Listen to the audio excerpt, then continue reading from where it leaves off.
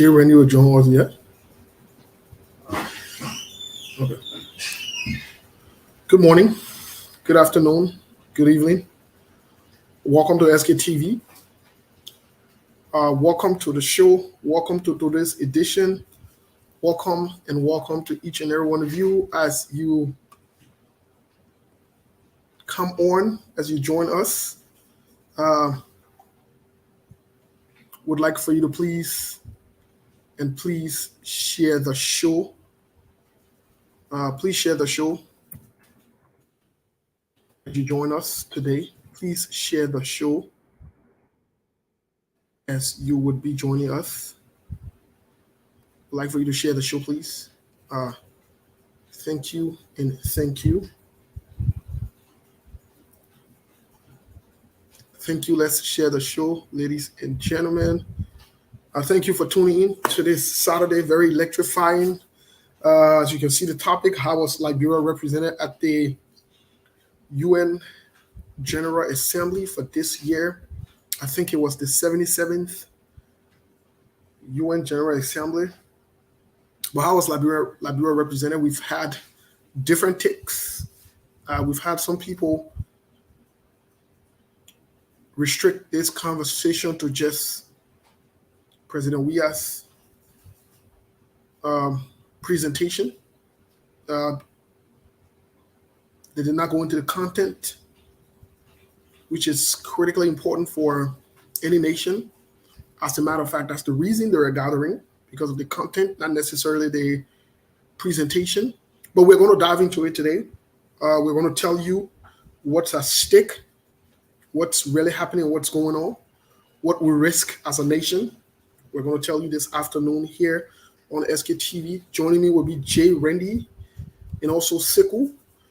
We have a huge discussion. We want to talk about why President George Weah did not address the major agendas and components that were presented to him. We'll show you those agendas and components that needed to be addressed. Each nation had the opportunity to address those. This was not an assembly or a gathering where you just go and decide to pick what you want to talk about. And that's not how it works. But we're going to allow all of these things today. We're going to talk about other unfolding issues, both nationally and internationally. We turn really quick here into other news, because we have to bring you other news. We have to. There is no way we can stay away from other news. Let's bring you other news. Let's bring you other news. Please share the show as you come on.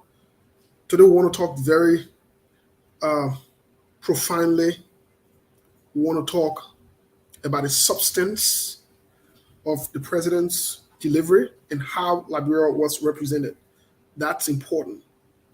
That's critically important. How was Liberia represented? Because that's how we will be graded. That's how the world would view us going forward. So we want to turn into other news really, really quick here while we await. But before we get to other news, welcome to the show. Welcome to each and every one of you. Good afternoon. Good evening. Welcome and welcome. Let's share the show. Sorry about that brief interruption here.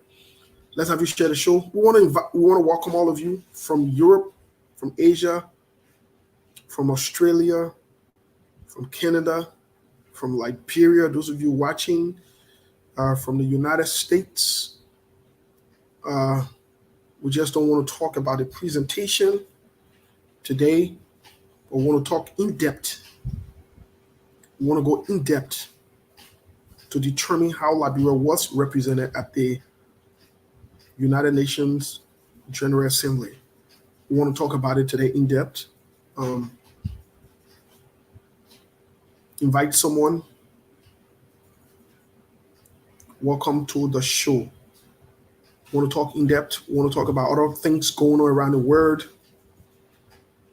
in the Liberian politics, and other major issues going on in the world. There are major things happening around the world. We want to be able to cover it today. Let's share the show while you are here. We want to bring you other news as well. Lots of major things going on. How was Liberia represented? We have to get into it.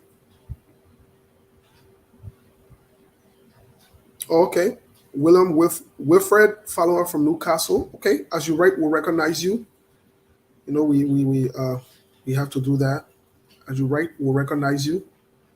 Those of you who recognize each and every one of you before we get to the musical break here. But let's share the show in the meantime, guys. Let's share the show. We have Theo. Theo, welcome to the show. We have Samed, welcome to the show. I hope I'm pronouncing it the right way. Samad, welcome to the show. We have Bird de Noir. Bird de Noir, what's going on? Wait now, so I don't know. They think, yeah, I know. Bird de Noir, you what did you be on the show? What thing going on? You're not on the show this time. What thing happened? You're not still holding the show here again? Okay. I see. I see how you doing it, Bird de Noir. You can count on the show that before. What thing going on? Somebody block you? Anyways, just messing with Bird de Noir. Bird de Noir, welcome to the show. You're always here. You're always joining us. Like I said, we want to talk about the substance today, about Liberia's representation at the UN General Assembly. We want to talk about it. But let's as you right, we'll recognize you. Life Fofana, my man. Life Fofana Umpa, my man, you gotta get, I don't know, what it called. You gotta get that title. Yeah, you gotta get that title, my man. If this was unemployment, my man, you'd be employee of the month. I won't hide it from you. You always here, you know what I mean? You always doing your thing. Thank you. Let's talk about maybe some of the things that were evaded that some people didn't want to talk about.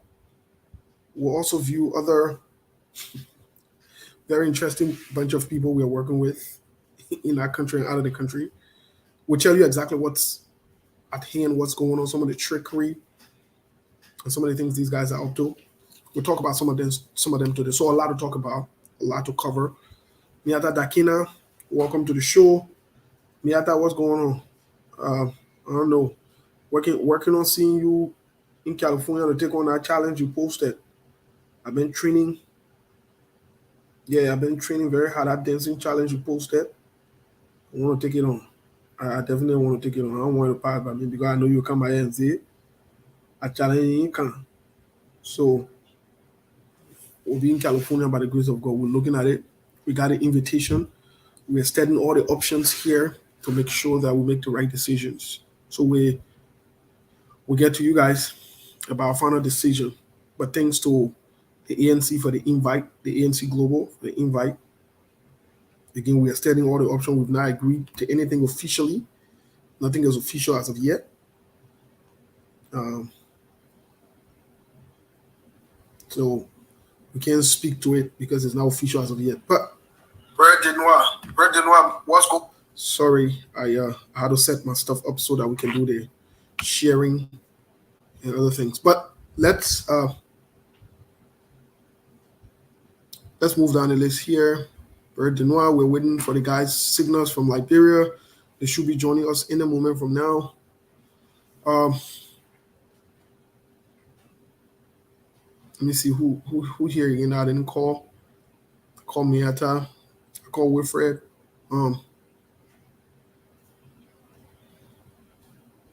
Romeo, welcome to the show. Angie Liberty, welcome to the show. AB, welcome to the show. Theophilus, welcome to the show. Richmond, welcome to the show. Boy, welcome to the show.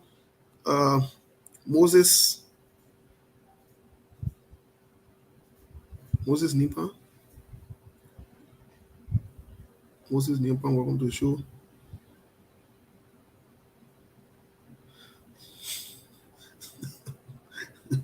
But they know I told you on the board there. Amanda, welcome to the show. Lai, I already called Lai.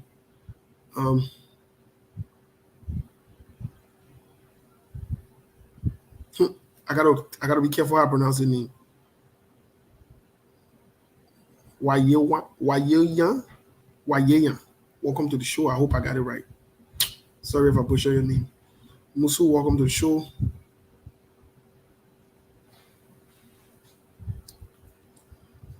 Oh, me that I cannot do that thing, man. I think that story, leave it. Forget that thing. We know what thing going on here. Nobody's stupid yet. We know what's going on. Nobody's stupid yet. Ain't say you want dance challenge, you get dance challenge, mama. Relax. Vivian, welcome to the show. Yeah, Vivian, you're here today for two. It's been a while. Last time Sekou was asking for you. Um, but welcome to the show.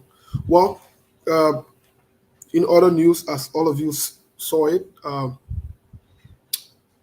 not sure what Natana Magi is up to. I'm not sure what the CDC is up to. But we'll dive into that in the show a little deeper here very soon as our guests come on. But these guys are up to testing the resolve, of our friends and our partners. They're seeing people that come to beg for money and other things. But we'll talk about it. We'll include this into our conversation as we go on. But it's getting very interesting. But then also interestingly, Natana McGill seemed to be eyeing Maggie B. Very interesting. Very interesting. Very, very interesting, but it's not coincidental. We have to know that. It's not coincidental. Um, in other news, there's been protests in Iran. Um, there's been protests in Iran because of the death of a lady. Some of you follow the news. Um, it's very serious. It's been categorized as human right violation or human right abuse. As evidenced by that, the U.S. Treasury Department, the same people that sanctioned Natana McGill, Vani Sherman, Prince Johnson, Pio Tuawe, and Sereno Sifos, they've sanctioned some people or some group or some agencies under the government in Iran. They've sanctioned them. The interesting part about this story and the reason I'm bringing this up to you is I want you to remember the word human rights. I want you to remember the word violation. I want you to remember the word abuse. I want you to keep all of those words because we will talk about them today. Today, we're not going to rush. We're going to take our own time, like we'll say in Liberia. And we'll get to this. And so now there's huge pressure on the government in Iran, both from the international community, the United States, as you know. I listened to Linda Greenfield on MSNBC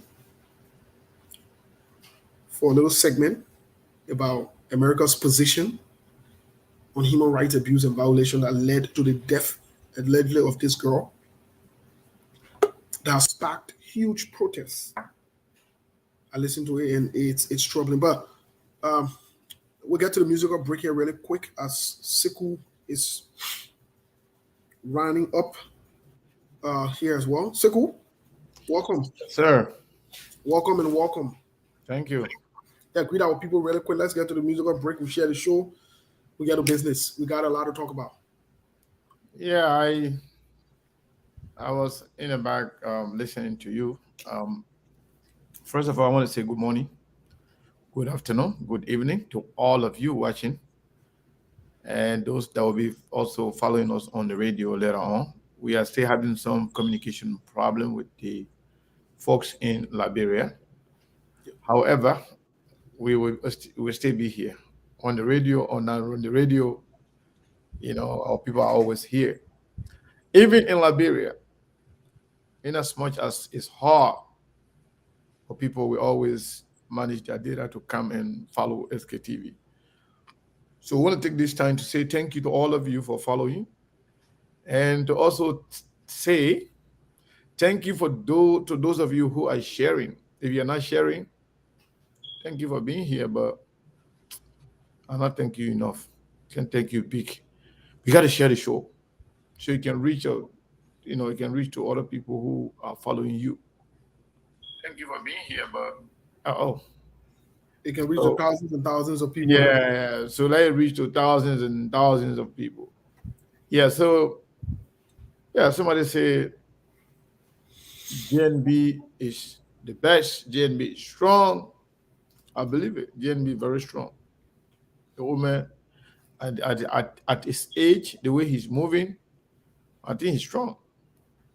Leadership, I don't know what I want, but I know Papa is strong. That's strong, Papa. You must commend him. Papa got energy. Walking and jogging with people like Dillon and John Ball like Dillon. Papa is strong. That one part, I can't take it for him. Yeah, so Omer Sumo, you're right. And me, I love the Papa too. So yes, folks, we want to say thank you to all of you for following SKTV as always. Go ahead and share the show. The conversation today is going to be very, very, very interesting as always. Let's get into it. Thank you, Mr. Kane. Let's get to the musical break really, really quick here, and we will dive into the conversation. Let's get into the musical break here. We will no copyright to this song. I like this song, Mr. Kane. Sometimes you got to write it down, otherwise they will mute us. You got to add that. You got to add a note. Other than that, they will mute the song. So, oh yeah, you can play the song on the background, and we can be in the screen. Or you can put something else on the screen, so that way they can mute it. They can only mute the video, but they don't care about the song playing in the background. Yeah, but I mean, do whatever you want. Let's try and see, because I didn't set it up that way yet. So let's try and see.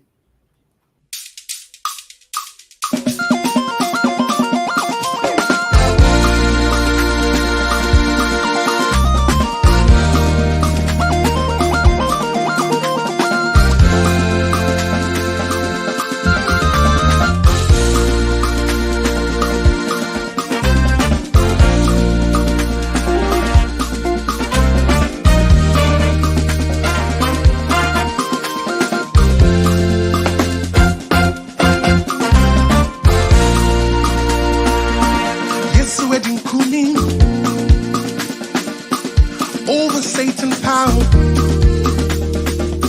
as I ain't good I'm an overcomer. Yes, we're doing kunimo over Satan's power,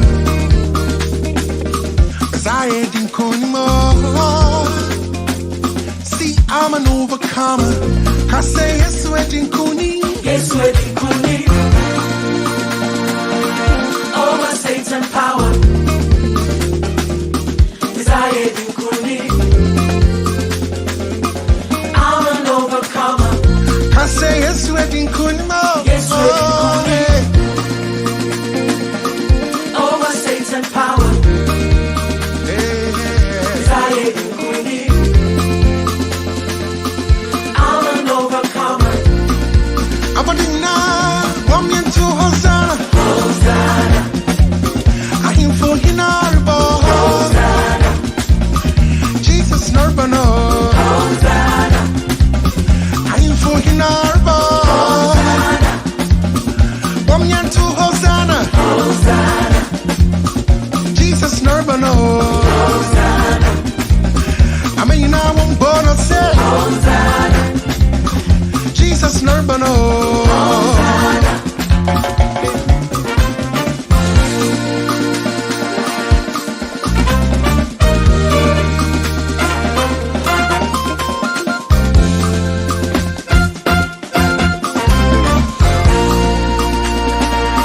Who is this King of glory?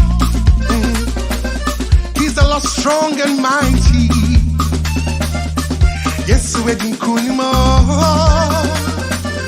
See, I'm an overcomer. Listen, no weapon fashioned against me shall prosper. For the greater one lives in me, yes, it does. Yes, yes, we're in Kunimo. See, I'm an overcomer. I say, yes, we're in Kunim. Yes,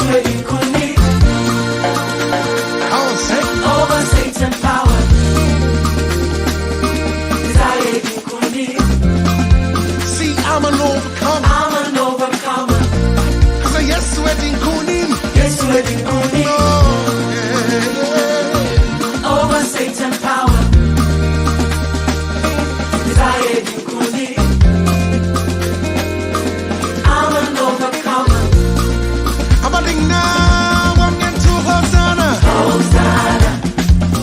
I am for Hinarbo. Jesus Nurbano. I am for Hinarbo. Wamyan to Hosanna. I'm making out one bottle say. Jesus Nurbano. I am for Hinarbo. Kojo, come on.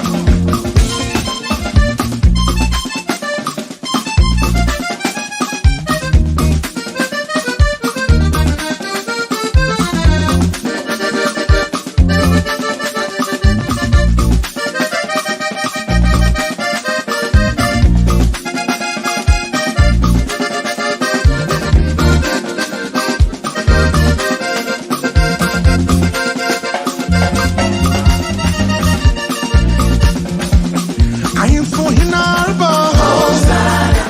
Hey, Jesus Nurbano. Wamyan to Hosanna. Hey, I am for Hinarbo. Handkerchief. Wamyan to Hosanna. I am for Hinarbo. Jesus Nurbano. I am for Hinarbo. All right, we'll leave it as that. Hosanna. Some of you have guessed you having the feelings that you're in church already. Slow down. You are not in church. You are on SKTV. But I will into you. As far I saw you, I didn't know you. When the part I say, no weapon formed against you shall prosper. My hero just go like, Yeah, I saw you. doing your thing. You almost put me in church. For Yeah, a but second. I saw Jay Rennie. Oh, you know me. I always go in the morning. Why you won't put me in church? They have today morning. No. But we got to. I enjoy it. I was dancing like crazy. But are you the one started it? But I'm the one dancing. Mhm. I saw that girl Ruth dancing like crazy. I saw her. Yeah, that Ruth, Robert. Yeah, y'all saw when I play the music again. The music when I play the music, we'll reserve the music. When y'all share the show, then we'll play it later on. But the music when I play the music. Then me I saw Jay Randy shaking her head. Yeah, Jay Rennie. Wait now. I confused. I didn't know Jay Rennie would dance. I didn't know the man can move. So Jay Rennie can be. You better include that man in your dancing competition. No, that be the Jay Rennie man. Better include So Jay you Randy can in your- dance with them, no. Y'all got spot camera. Y'all got spot camera on me. Right? Yeah, I saw you in the corner. You just moving like that. I give up on you, Jay I Rennie. was off camera enjoying the show. So Anyway, Rennie, welcome to the show. How are you? Good. It was a good one. I think we gotta play this song after the show. It's good. yeah, but I will not dance. I will not be able to dance in the face of the camera. No. We'll turn the camera off. Okay. Segu, the boy I know the other side of you. I want it. My dancing part. No, then no say you can quote scripture. You just quoted the scripture. I see some Christian and Jackie. But the boy I know, I went to some Christian school. Hey, don't leave my fire. They will get to know. Small. Let me tell them. Let me tell just a little bit. Mm. I know a little bit of Bible and I know a little bit of Quran. That's why you don't see me engage in religious fight. I will just stop there. Yeah. So and like if my friend invite me to your church, I will go there. Yep. If I invite you to the mosque, You I got to expect you to come. Yeah, There's nothing wrong with it. that's true. That's Yeah. a Even Prophet Muhammad, he was invited to the church. He went there, but a lot of people don't know. wow. Yeah, I just getting to know myself. Thanks for that education. yeah. So people need to learn. Yep. Well, Yeah, as time goes by, with some of these top secret have to come out. That one part you can only get a little piece of it, but you can't get it deep. Anyways, you're that's welcome to the show. You know, when I used to play our song by what's his name? The guy from this Nigerian guy, Flavor, and the Blind Picking. Yeah. Yeah. You know that gospel song I used to play all the time. Somebody came to my inbox. Said, "Well, wait now, you Christian now?" Oh God. I said, "Yeah." I said, "Sunday I can be Christian, and then Friday I'm Muslim." And the person laughs. The person was so angry at me, but the person laughed. He said, "Sekou, you something else." I said, "I mean, we got to coexist regardless." Wonderful. So let's get to the conversation. I want to jump straight into the conversation without wasting time. We're on SKTV Live. We are on SKTV, and we're also on YouTube. We're still waiting the signal from Liberia from the guys to join us, but let's get into this conversation. First of all, the conversation here, the topic under consideration is how was Liberia represented at the UN General Assembly. We want to welcome Jay Randy as always. Jay Randy is not his first time being here. So we want to thank our listeners and our viewers. But we want to shift the question. Let's start with Jay Randy first. How do you think, before we get into it, how do you think? Wait now, Jerry, now you may have said short. Let's me. I'm taller than you. Me, I'm shorter than all of you. Okay. Yeah, you make it low. I'm taller than all of you. You're taller than you. Me, I'm the shortest person here. All right, let me try. Randy was dancing, so you know The men that came here for Steve's inauguration. You gotta look at me like that. Especially my friend. Yeah, that's very nice. My friend Benjamin Jonah from Minnesota. Man, look at me. But wait now. I thought Sekou that someone tall man. I mean, I know how you show. I said, okay, you will learn. You will be imagining people high. I know, right? So, Jay Randy, what do you make of the how was Liberia represented? Let's keep this. I'm live. I'll call you back, please. So guys, if you are just joining us, help us to share the show. Like I said today, the conversation is not going to be the regular conversations you've heard from other shows. We're going to get into we're going to get in depth, not talk about just the presentation. We want to talk about the substance. Yeah. Because that all that matters. So we're setting the stage for this conversation. It was not about the presentation. It was not a presentation context. If this person could speak good or not, it was about the substance. But let's start with Jay Randy. Jay Randy, what do you make of how was Liberia represented at the UN General Assembly this year? Well, I think from in fact, let me just say hi to your audience here. It's always a pleasure for me to be here, Sekou and Moses. This is where I really feel at home when it comes to all the bigger platform. I can come here. Even if I'm doing anything, once I get a call, I'm ready to come here because this is where you guys allow me to flex my muscles. And I'm very, very excited about this. And again, I would like to say thanks to all your platform and viewers and audience out there. Thank you guys so much for the opportunity again.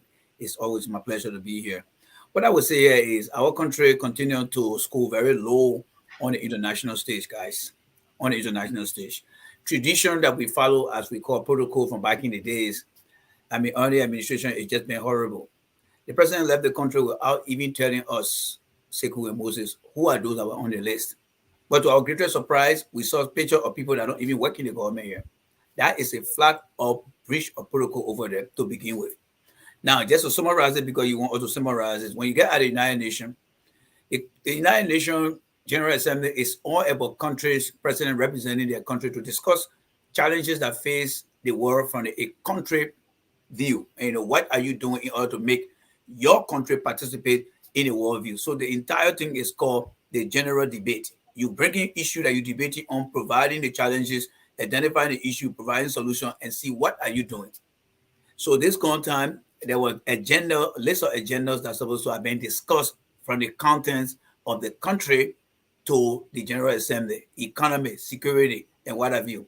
Just the way I went over there, I mean, I don't know how many of you guys still recall your kindergarten days, but he was all over the place. There was no head, no tail. So again, it was just a matter of being present over there. But Sekou and Moses, I think his score is very poor score. Nothing makes sense to me. And I think it will have to redo it again. I don't know what he's going to do it better. But this was the lowest part of our country representation. It was poor. Poor. Okay. That's it.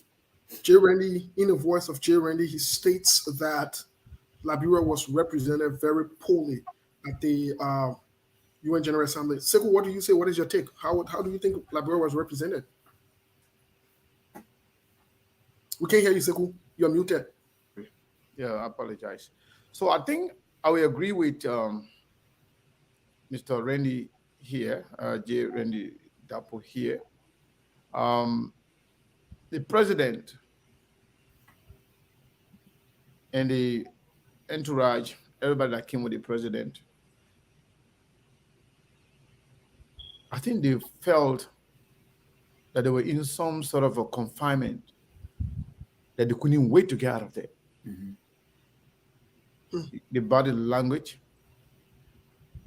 the sitting, the appearance,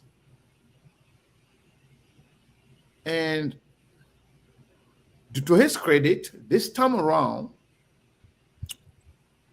the way he walked to the podium was okay.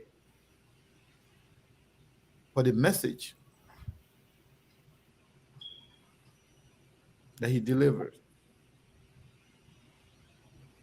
was not only poor, but it was very deceptive.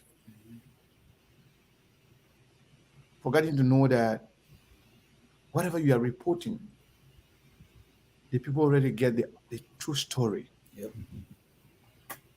There were a lot of lies and deception in the speech. Yep.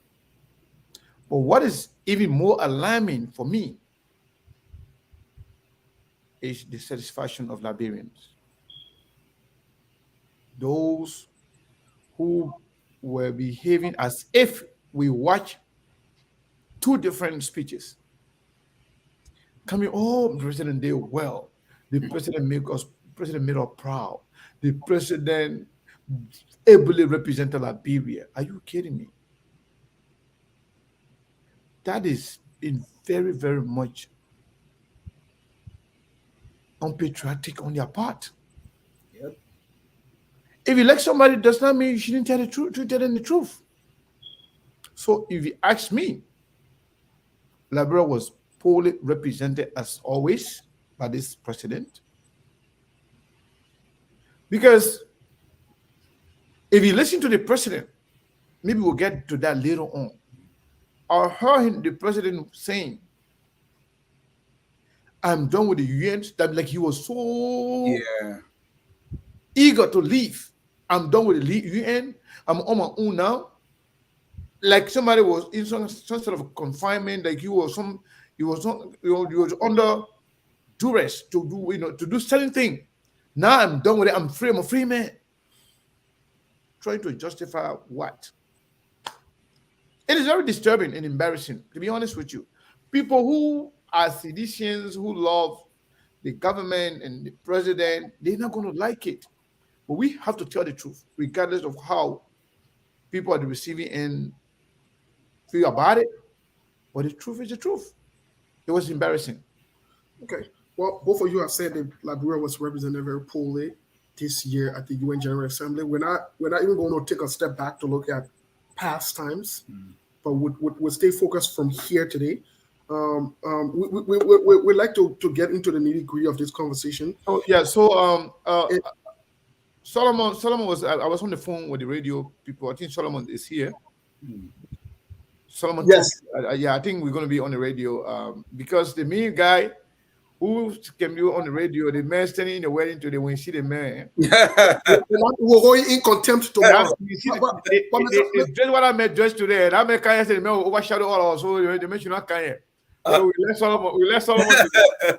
But Mr. Kane, normally. Solomon, just 1 second. Solomon, how you doing?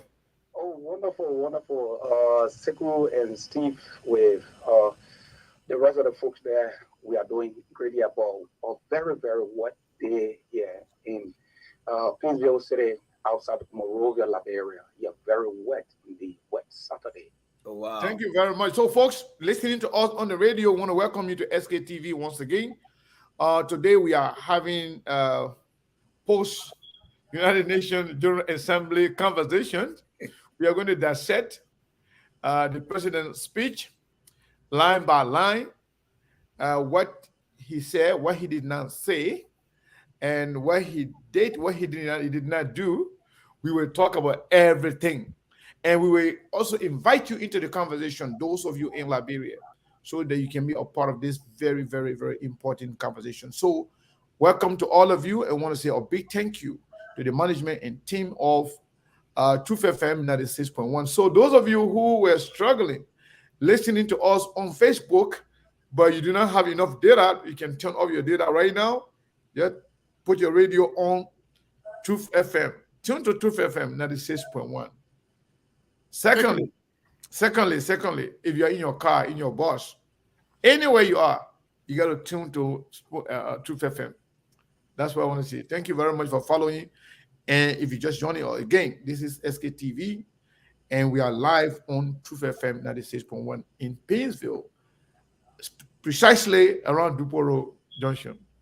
You see, I'm not in Liberia, but I think I know all the things. Yeah, you need to be getting for orientation before we get down there. Go back to you, Steve. Thank you, Mr. Kane, and thanks to Solomon. As part of our customs here, unless one of our leaders from Liberia does not write, or we don't see their names, but any of the leaders from any branch of government that writes or that communicates while we're on a show live, we recognize them. We don't get their approval. It's just something that we do. Whether we disagree with them or we agree with them, it doesn't matter. Opposition, ruling party position, whatever it is. So we want to welcome Representative Karas Gray to the conversation. I believe that is his account. I believe that is his official account. If not, whoever is doing that is operating fraudulently. But if it is your official account, Representative Karas, we want to welcome you to the conversation. You are welcome to the show today. And you know, as time goes by, you will have the opportunity to call in as well if you choose to. But let's get back to the conversation here. Credit to Jay Reddy, who shared with us some documents as well. So we want to make sure that we're giving credit to people as we move on into this conversation. Quickly, we want to share the protocol before we get into this. We want to share the protocol. We want to get into the substance. You know, Liberians, we've limited the communication to whether the president spoke well or he didn't speak well. That is not important. That only in Liberia will be fasting and praying for our president to talk. To that make mistake when he go speak. In other places, those are the people don't even worry about it because Steve, let me just say just one thing. Please go ahead. In a split second. So just to represent there, I did not even catch Akala Grace's writing. I just saying it right now. So Representative Gray, just to inform, I just want to inform you in this public manner that yes, I responded to your inbox with regards to some of the issues you raised. So check your inbox, let me know, and if need be, you are officially invited to come to SKTV to come and defend, you know, or tell us exactly what you feel. You had a concern about some of the posts, and I responded to you. So I want to, you know, I want to call your attention to your inbox. Go there, read it, and then get back to me. Whatever you're saying right now, we'll dig into that later on to clarify your curiosity. Thank you, Mr. Kane. Thanks for bringing that up. Guys, give me a second. I'm trying to minimize this thing so I can have this. All right. So, okay, very good. I think I have it here. I have it pulled up. I want to make sure I have this document pulled up because we'll share with you. But as I was saying earlier on, we're not going to limit the conversation to people clapping. Oh, the president did well. The president spoke well. It's even an embarrassment for that to be our talking point in the 21st century. It's an embarrassment. It's a shame. It's an indictment on us as a nation that we even elected a president that we will have to praise because he didn't make mistake and say where though he didn't make mistake this time, or he didn't mumble or jitter or whatever it is. It's not important. Why should we settle for that? That's mediocrity. That's problematic. And we shouldn't be thankful and praying God for it and say, oh God, thank God. Yeah, the president did well this time. At least the president spoke well. Seriously? Is that where we're supposed to settle? But let's get into the issue because we are interested in the substance. We are not interested in the little praise and worship and see conferences. I see people writing, you know, talking about, hey, the president did wear this time. Let's just give it to him. They meant, listen, people are talking about seriously. But let's get to this. I want to share this document with the public here. I think you can see it. I want to highlight quick the points and we'll compare it to the president's speech because we need to know if the president followed the protocol and the expectation. And we would like you to know here from SKTV that the UN General Assembly sends out this roadmap, however you want to term it as, or format that you have to follow to address this issue. As you can see on your screen, I'll point it out before I get to both Sekou and so that we can start this conversation. Sekou and Randy here.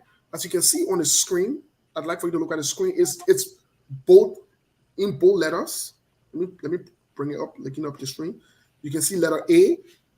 It talks about promotion of sustained economic growth and sustainable development in accordance with the relevant resolutions of the General Assembly recent UN conferences. That's the first part that needed to be addressed. The second part of that also, it says B, I'll highlight B. It talks about maintenance of international peace and security. So President Joe Weah had to make a report on that. It talks about C, let me come down to C, development of Africa. President George Weah had to address that. It also talks about D, promotion of human rights. President George Weah had to address that. E, it talks about effective coordination of humanitarian assistance efforts. President George Weah had to address that. F, it talks about promotion of justice and international law. And then G, disarmament, which in this case is not applicable to Liberia to some extent because we are not in war. But then also H, it talks about drug control, crime prevention, combating international terrorism in all its form and manifestations. Then I, it talks about organization, administrative, and other matters. So these are the things these are the order that should have been followed. Now, let's get to our guests. Let's get to both Sekou here. I got two guests here representing me here today, or that I'm dealing with here. Let's get to both of you. I will leave you here for a few seconds. Did the president address these formats or these recommendations or so forth? Was this addressed on behalf of Liberia? Let me bring you back. Randy, please go ahead. Randy, are you there? Yeah, I mean, Sekou, you want me to go first? Yeah, Yes, go. please. Oh, okay, all right. So the short answer here is no. He did not address and he did not follow the format. The long explanation here will follow as this. All right, as you listed those things in order, technically it don't have to be done in the way you did it, but Right. it should contain everything in it. But the president, as you remember, when he started with the introduction, he kept praising the new elected member. But these are things that happen every time they go for General Assembly, they will always bring new people in. So you nailed it to the point where you just said, look, congratulations, it's a pleasure to have such a position. Then you go straight into discussing. But the president took almost like 2 to 3 minutes of his time, keep repeating the congratulatory messages to the people, and then it like the sheep was already in order, but he started mixing it. And then when he lifted his head to look, because he wanted to give that eye contact, he that kind of messed things up. And then he went back and started to congratulate the people again, if you watch that. So that tells me that he was not really composed. And to Sekou's point, when he got out of there and said, oh my God, I'm so glad to be out of here, that means that he was like, you got 60 seconds to finish your time, so you got to do everything you can. So in the process, he was not really organized in what the agenda was all about. The president included everything into one medicine part. He did not hit it subject by subject, but as he included them, there was no focus. It had no data to show. It had no reason to apply to the country. It had no reason, like Sekou said, and I will reiterate this. Today, Liberia is not yesterday Liberia. Everything that happened in our country today, we have people who are carrying their cameras, their phone, and we see everything. And also, we have partners in the country, whether it is the IMF, the World Bank, the US partners, the European partners, the Asian partner. They are seeing exactly what happened in there. So the president did not follow the agenda. He did not do anything with that agenda. He was all over the place with no specific data and no specific agenda. For example, the current vaccinated rate in the country is around 70%. He said 64%. He spoke about press freedom. 64% of our country, the media is not free. People are not free in that situation. He spoke about creating a youth program. Where did you see any youth program on a yoga with you? So Rennie, we'll get to that segment by segment because we want to people to know where the president did not address these things. But in the nutshell, and I'm not trying to cut you off, but in a nutshell, you said the president did not address. He did not only did he not follow the format, he did not address. He was just all over the place. He was rumbling. No one can tell whether he hit any topic off the agenda. He did not do well. Okay, thank you. Sekou, what do you say? Well, based on what we just read. Yeah, so I would not put that squarely on the president. You know, the protocols that you just read to us, that is sent ahead of the summit so that you and your able lieutenants can get together, or those who are speech writer, they can get together, they draw the format and write the speech in accordance with in a systematical order. Which one comes first, after what, to what? That's how you do it. But the president, I believe, he doesn't know exactly what is going on. He only the right stuff, they give it to him. He will practice it, how to read it, not even to understand the substance.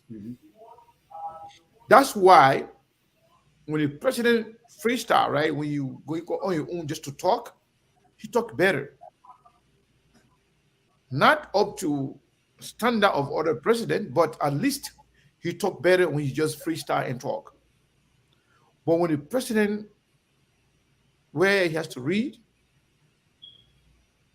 it's like they will put lies, fabrications, stories, misrepresentation of issues, and force him to go and present that as a fact.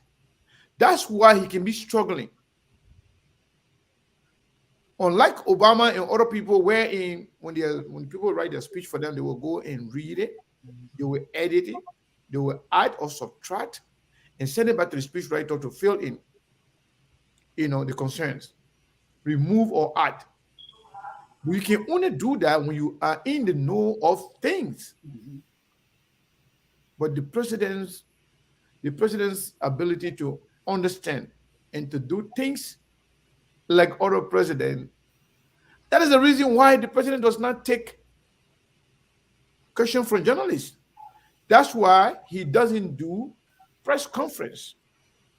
Even just the little conversation, few questions by Kalasco, that put the president in problem. Just that. So I will not put that one squarely on him, Steve.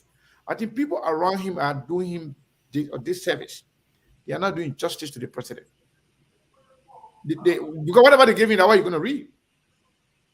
His ability to understand the protocols, what needs to be done, what cannot be done, we all know his level when it comes to that. So I don't blame him for that. I blame the people who wrote the speech.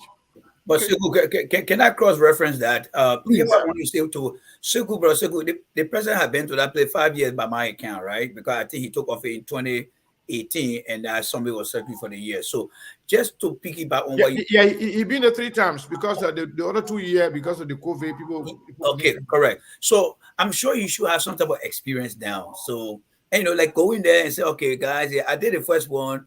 And, like to your point, did they review his first video, how he performed? and look at the second one and say, okay, how can we be better on the third one here? I mean, I understand that, but the president's worry uh-huh. is not the substance. The Okay. president worries is not about what is in the speech. His worry is how he can ably go and stand and read directly without making mistake, Yeah. make pronunciation correctly, read, and sometimes be able to lift his head up and look at the people. Those are his worry. You may not worry about what is in that. So is that part of the requirement? I mean, what was it read? Did it? Yeah. you understand the point? I got your point. If your worry is the substance, even those are following him, Yeah. they're not worried about what the president presented. You know what they're saying? The president did well. At least this time around, he did better than the last two times in terms of reading. Even though he still counting words, they making some bad pronunciation. Yeah. But at least it was better than the last two. Okay. So that's why they gave him a passing grade, and the president did well because I agree with you both. the bar is so low for them. The bar is so low for them, so they're not looking at all those things that you are talking about here. Yeah. What they're looking at is for the president to be. If the president himself could not wait to read that thing and get out of there. The president said, "I'm done with the end. I'm a free man." So I want to bring something. I want us to examine the president's speech.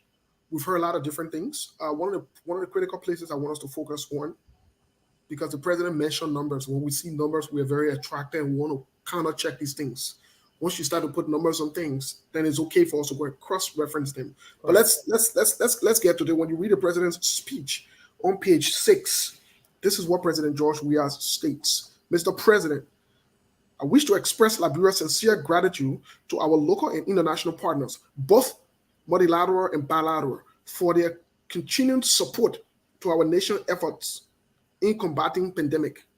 As a result of the support, Liberia is well on its way to achieving herd immunity, hopefully by the end of this year, with 67% of the population already vaccinated." Let me cross-reference that because we did a research here on SKTV to cross-reference that. We didn't go use Liberia source. We didn't use other places. But the international community provided vaccinations. Correct. UN keeps track of all of these things. Let me read something that came up from the UN these few days about Liberia. Listen to this. Quote, if you go on the UN website, you will see it. This article came up in April 1st of 2022, and this is what UN says to us, the WHO. This is what it says to us, World Health Organization. These efforts are paying off, with 391,142 vaccines doses having been administered since the 17th of March 2022, accounting for 13% of all vaccination administered since the beginning of the rollout. What do you say? Did the president lie here that we have 67% vaccinated as opposed to 13% of vaccination only been distributed? How do you reconcile that, guys? What do you say? You want me to go first or Randy, you want to go? Any one of you, it doesn't matter. Let's say go first. I'll wait. I went first. First of all, the very day the president gave the speech, we talked about it on this platform. We told the people that the president lied to the people. He did not only lie to the United Nations people, but also lie on the Liberian people and lie to the Liberian people. Yeah. We know very well the vaccination governed to Liberia. All the vaccination that went to Liberia, it will be around 500,000 maximum. We are not aware of Liberia purchasing any vaccination anywhere. At least we haven't seen it. So let's take example, 500,000. If we have approximately 5 million people, maybe let's take 1 million people out. Maybe kids who are not, who could not take vaccination. But that 4 million people that's supposed to be vaccinated. Let's say all of the 500,000 vaccination was were administered 100%. That can only account for maybe 11%. If we take the 4 million, maybe 11%. So for the and the people, the United Nations, in the United States, the World Health Organization, they have those data. Sure. Have them. So for you to kind of look in their face and lie to them, they'll be looking at you like, okay. So they got you stupid, yeah. You understand? People say they'll be laughing at you. That is to tell you that the president's mission was not about substance. So to Representative Gray, who was asking that what are the lies in there, that's just one of the lies. We get plenty of lies for him. Yeah, that's just one of the big lie. You went and told the people that you have a vaccinated. As a matter of fact, even 50% of people living in Monrovia are not vaccinated, let alone the entire Liberia. So yes, to answer your question, Steve, the president, maybe we can massage the language a little bit. He misled the people. Maybe when we say lie, they will say we're insulting the president. But the president was misleading. The president's statement is misleading and counterfactual. Well, just before we get to J. Rennie, because I have a question for J. Rennie, I'm actually looking for that question. I want to post that question to J. Rennie because it's in his line of work, and I think he would give us better insight on it. And if he wants to, attempt to also push in this question I just asked you, I think that would also benefit the public here. But just before we go any further, my people there in Zwenzu, in Tucson, in Balatwai, they don't understand misleading. They understand lie. The president lie. They don't understand misleading. So all I have BB Bode, you're speaking me, and not only my own man listening to the show yet, my papa didn't listen to the show yet. Y'all won't use misleading me, I will interpret for you in simple English. In simple English, president lie. The president did not say the truth, he lied on behalf of Liberia. The president go to the white people and lie for the country, he lied to the people. So yeah, but Mr. Kanye, my people don't understand misleading. Oh, what is it, my Oma in get understand BB Bo? No, the woman don't understand that thing. I'm telling the truth. But misleading that good English, eh? Yeah, that good English. Two of us. My woman don't understand that the thing that but J. Rennie, the president spoke about carbon emission.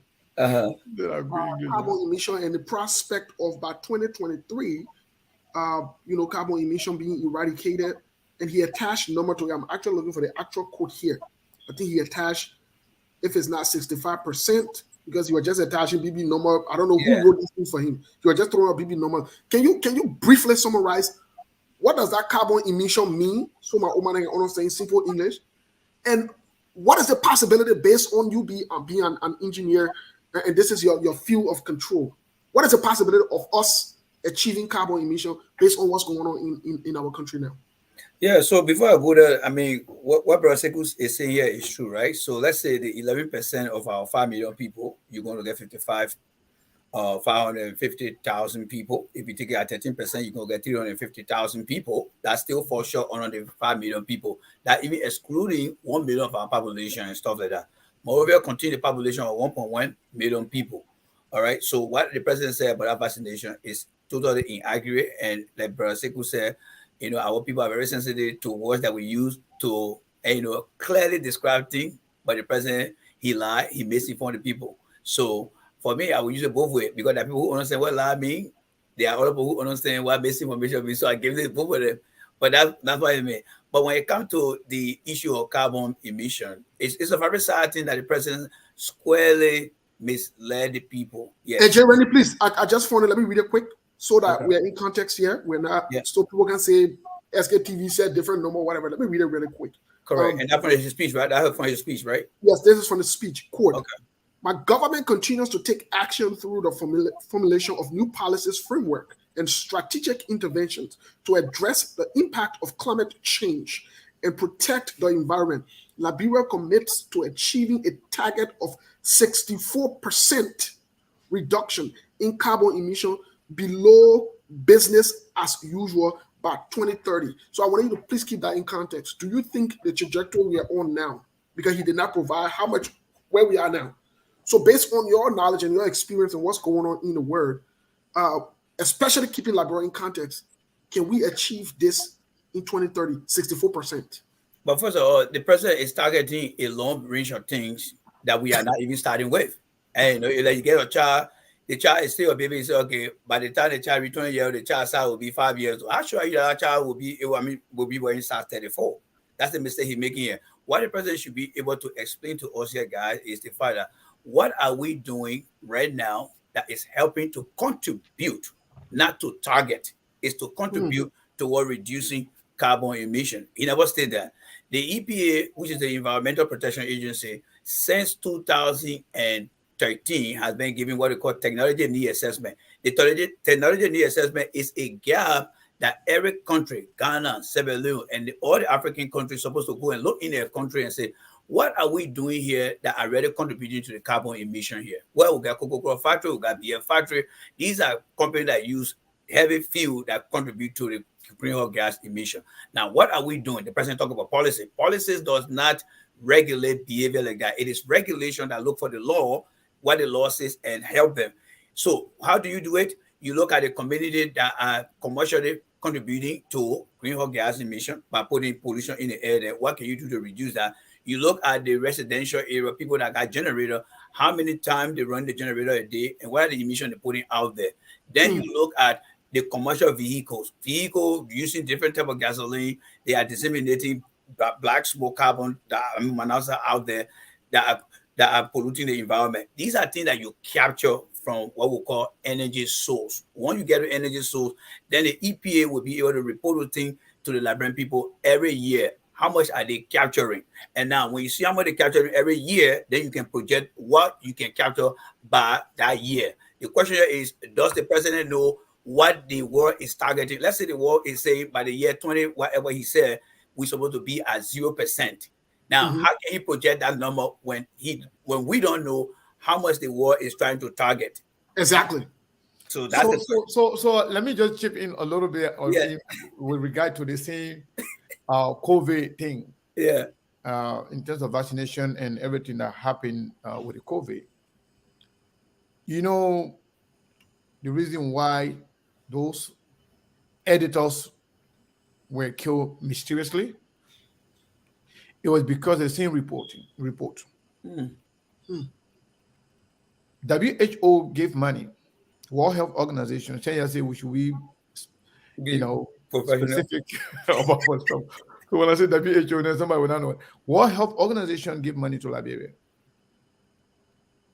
This money is supposed to be around 51 million.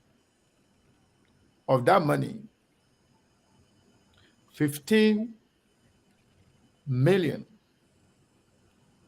was quote unquote accounted for. The balance 36 million, there was no clear explanation as to how it was spent. That brought about the editors, the auditors to go and audit as to what happened to the rest of $36 million. So it can be reported.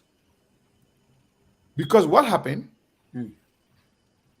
The one that they reported first, the 15 million, those are the things that WHO themselves could, they participated in terms of, administering that process. But the $36 million was not accounted for. Wow, that's a lot. And those who were given the opportunity, the responsibility to go and find out what happened to the $36 million that they put in there while they were found on the street. The people did their work. And that in the report, those people that have that report, they put it sitting in front of them talking to them, they know it. That was not mentioned. The help, because when you talk about the help Liberia get from the international community or international partners, you must give some report, right? Yep. So that was not incorporated in the president's speech. So to tell you, our country needs prayer. I just want to add that part because that's very important. It is. That's very, very important. Yeah. Because you talk about security. Mm-hmm. But then in relation to the same COVID and the help to Liberia, some people got killed for trying to report the facts. Okay. Thank you, Mr. Kane. But since you spoke about, we want to transition now. We want to transition. Can I just conclude on that quickly, Moses? Yes, So, please, and please, that emission carbon. Yeah, I was trying to break it down. Yeah, I was trying to break it down. All right, so let me just try to break it down. This right. So the technology need assessment was the beginning. They told every country, go back to your country, see what producing emission, whatever making smoke, because the bad smoke that comes from the chemical that released in the air is what affecting the chemical. You look at your country. We got beer factory, we got cocoa factory. You look at things like that. So anything that produce emission to the air should fall under where? Under air. Anything that contaminated the water should fall under water. Now, when you look at the whole EPA, they got no air division. Arizona got one of the unique EPA system. And to be honest, you guys, I already go over there and see some stuff that you guys doing, and I incorporate that into my own program. It's very unique. And then followed by Louisiana. So we don't have air division in our country. The EPA division of air. How are they going to monitor the emission? How are they going to monitor it? Because there should be a rules that's supposed to be followed. Now, when we look at all the businesses, we look at the commercial business, we look at the private institution, and then we look at the mobile vehicle air emission. How do we measure all of that? What report has the EPA given to you and I that one day you and Brother Sekou will come in and discuss it and say, oh, last year or after 5 years, this is how much we are managed to capture with the air division. Here's the data here. So with none of the program in place, we don't have it because it's supposed to be regulated, not policy. Policy are things that you put in place, but regulation regulate what you do. If you're supposed to waste water behind the hole 10 times, they will say, only do it 5 times. They regulate you. They don't have all those things in place. So the president take a speech and just say by the year, so and so. When you don't have all those things in place, it's like somebody talking about, by the time they show all your members will be having about 10 plates of rice for us to eat. But where the rest coming from, when you just imagine it. And that's why the president did all that. So it was very poor because we don't have no institution that are ready to carry out these things. Right now, we ask the president now, what is our yearly carbon emission rate? And how much are we disseminating in the air, Mr. President? Can the EPA director show that? We don't have none of those things. So we don't have So do you really think that the president understands what carbon emission is? No. I'm telling you that whatever is rating, give it to the president. That way he can read. That proves your point. Exactly. He doesn't understand what you're right. What that is. Trust me. And that's why I try to allow Brother Moses to explain. So Jaha explained that, Brother Sekou, you see the big picture now. Yeah. You are absolutely right that they just gave him thing to go and read, and he go ahead and read it. And he will just go and read it. Exactly. And making sure that you read it so that people can be clapping for him and say, Mr. President, you did well. Exactly. So that's what he worries about. Yeah. So I read my case on that, Brother Moses, and thank you, Brother Sekou, for bringing that clear picture because that covers everything. Okay, wonderful. So I'm moving the computer a little closer because the next subject that I want us to jump into here would be the security, other places that were addressed by the president. Mm-hmm. But he kind of tried to play smart and put everything together in using his common phrase or common terms that we speak about here about the issue of security in the country. This is what the president said on page 9 of his speech. This is what it states. Liberia is expected to hold presidential and legislative elections in 2023. The forthcoming elections will be crucial to consolidating our democracy. In this regard, I wish to underscore my government's unwavering commitment to ensure that the enabling environment continues to exist for the conduct of peaceful, free, fair, and transparent elections inclusively. This is in keeping with our commitment to ensure that the democratic will of the Liberian people is respected at all times. So I want to get into, because the president alluded to no political prisoner and so forth, but I want to get into nitty gritty before I ask both of you this question. The issue of maintenance of international peace and security that was highlighted, that I'm sure have been highlighted, was never highlighted by the president. Promotion of human rights was never highlighted by the president. Effective coordination of humanitarian assistance efforts, they use them as political bids or whatever it is, or for their own benefits. Promotion of justice and international law. I want to start to that point and divert a little bit and ask both of you. Promotion of justice and international law. Why did the president not talk about the three senior government officials that were sanctioned, especially the Minister of State, considering the Biden administration has been focused on corruption in Africa, and the pinpoint also, when you listen to the confirmation of Ambassador McCarthy, his main point was he was focused on eradicating corruption. He will fight corruption in Liberia. That was one of his biggest points, which aligned with the Biden and Harris administration's agenda to fight corruption. As evidenced by that, got the ambassador unanimously, they voted for him to be ambassador to serve in Liberia. Why is it the president said nothing and the president took no actions? Remember, the president constituted an investigation. Up until now, we haven't heard about it. Why do you think the president never highlighted this in his speech at all? What do you guys think? Randy, go ahead. Oh, all right, let me go first. So we are on the issue of security and Yes. okay. So I will not defer my reference to Brother Sekou, because what Brother Sekou said, and he validated that on my period explanation, that Mr. Weah is just giving stuff to read. And based on that, I'm going to laser focus on what Brother Sekou has said as my reference. Short answer, whatever was given to the president, that's what he read. That's my short answer.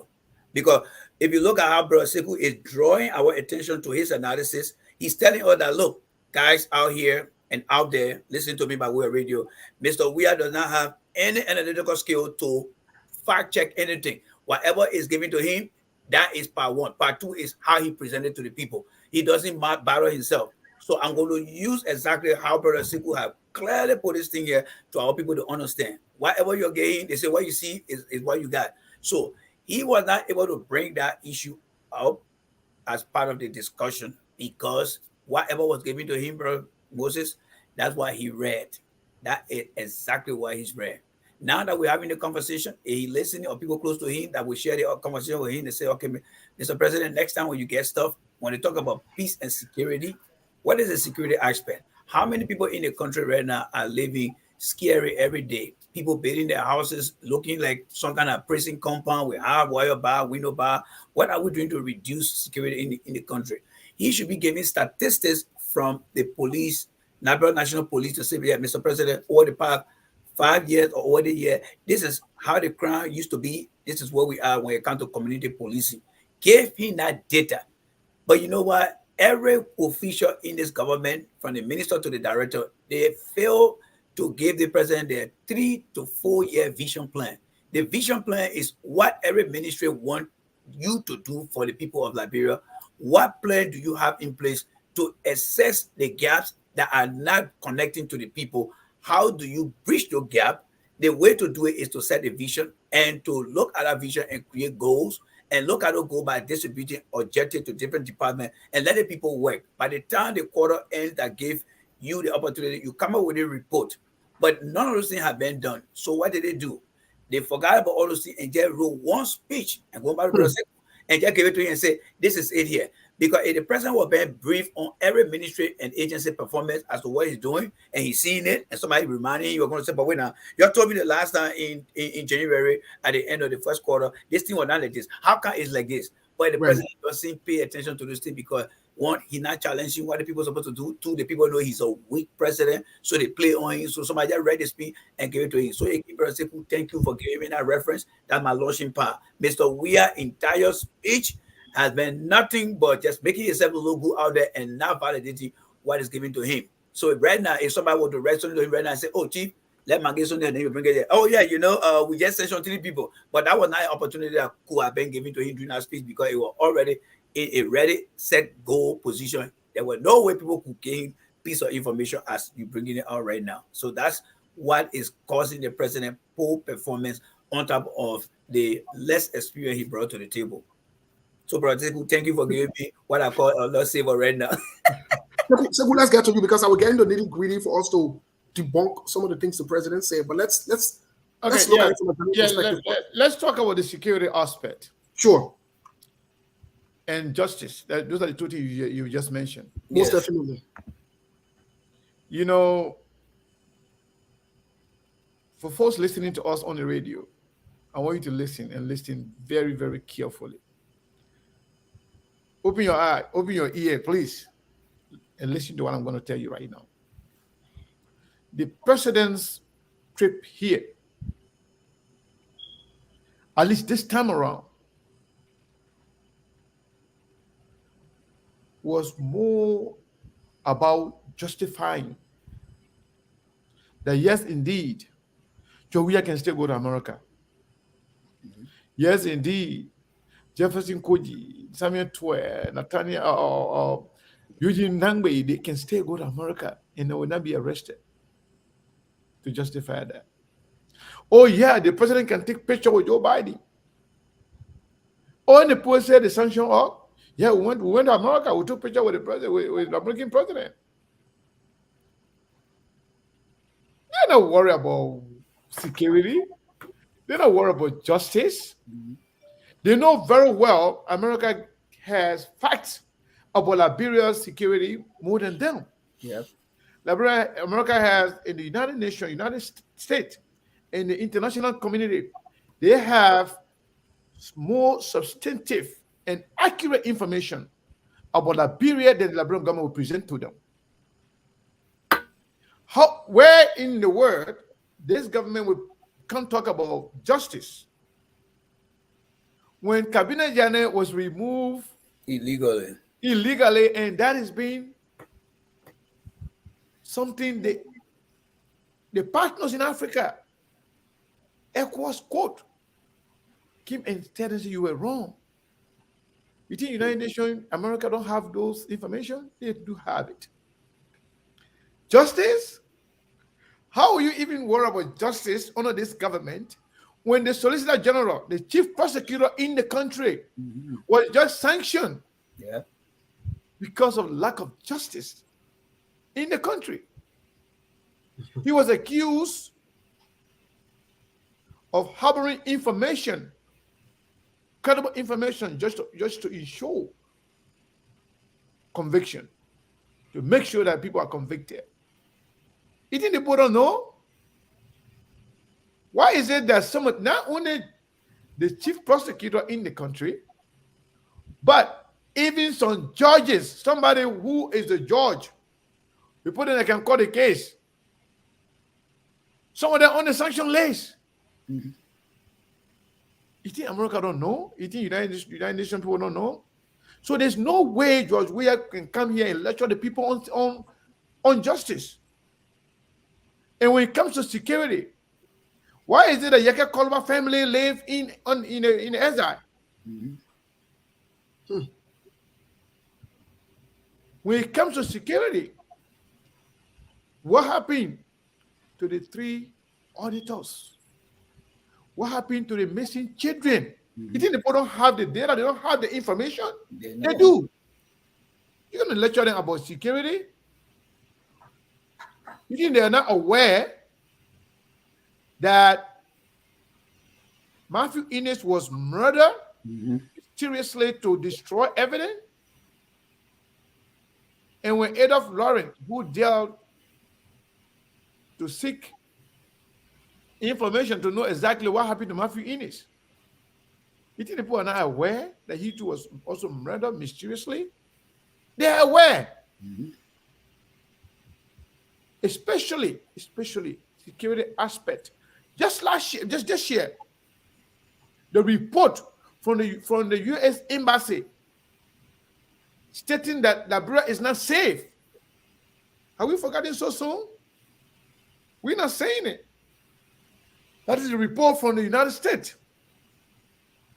that the country was corrupt, that the country is not safe, even warn their people to be careful when they're traveling to Liberia. You think Joey will have the audacity to come and lecture them about security when they already know? That's the point, Steve. Thank The you. president was not worried about any of those things. And those who wrote the speech, that was not their worry. You know what they say? I mean, the boy already know. So let's talk something else.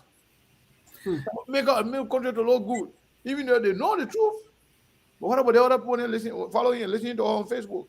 What about CDCN? What about our blind loyalists? We got to tell them something to make them happy. And Mr. President, you go and read the thing. You go and read the thing. People will clap for you. and let me just add something quickly to Peroseku, right? As far as coming to America here, the government have proven that she is not in charge of its own destiny and leadership. Why? The opposition out here, the people of Liberia out here, they dictate to the government what they want to see, and the government buy into that. So to Peroseku point, who doesn't know that coming to the UN is something that everybody's supposed to do? In 2017, the Iranian president was prevented from coming to America here. But the United Nations say, look, we ain't got America, that thing you're doing around, in our business. The men will come here. America said, okay, we'll give the man 40 kilometers. So if the government of Georgia, we are saying, we're just going to go show ourselves, that is so low to the bar. And Peroseku is right. They followed out things. The people continue to use them. So the tradition where American president, because they are the host, in our country, we say the stranger father, he is there to take picture with all the president and show it.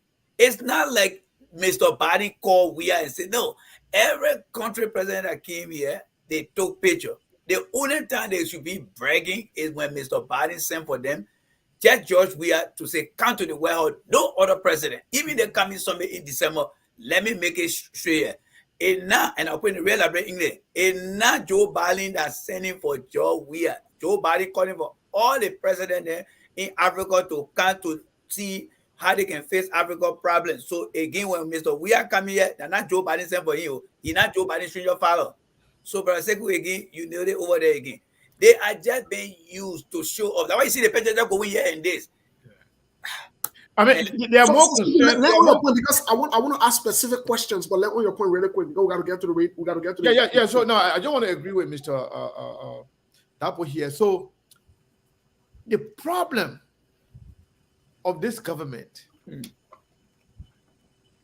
is not about what they are doing, but what they are not doing. Yeah.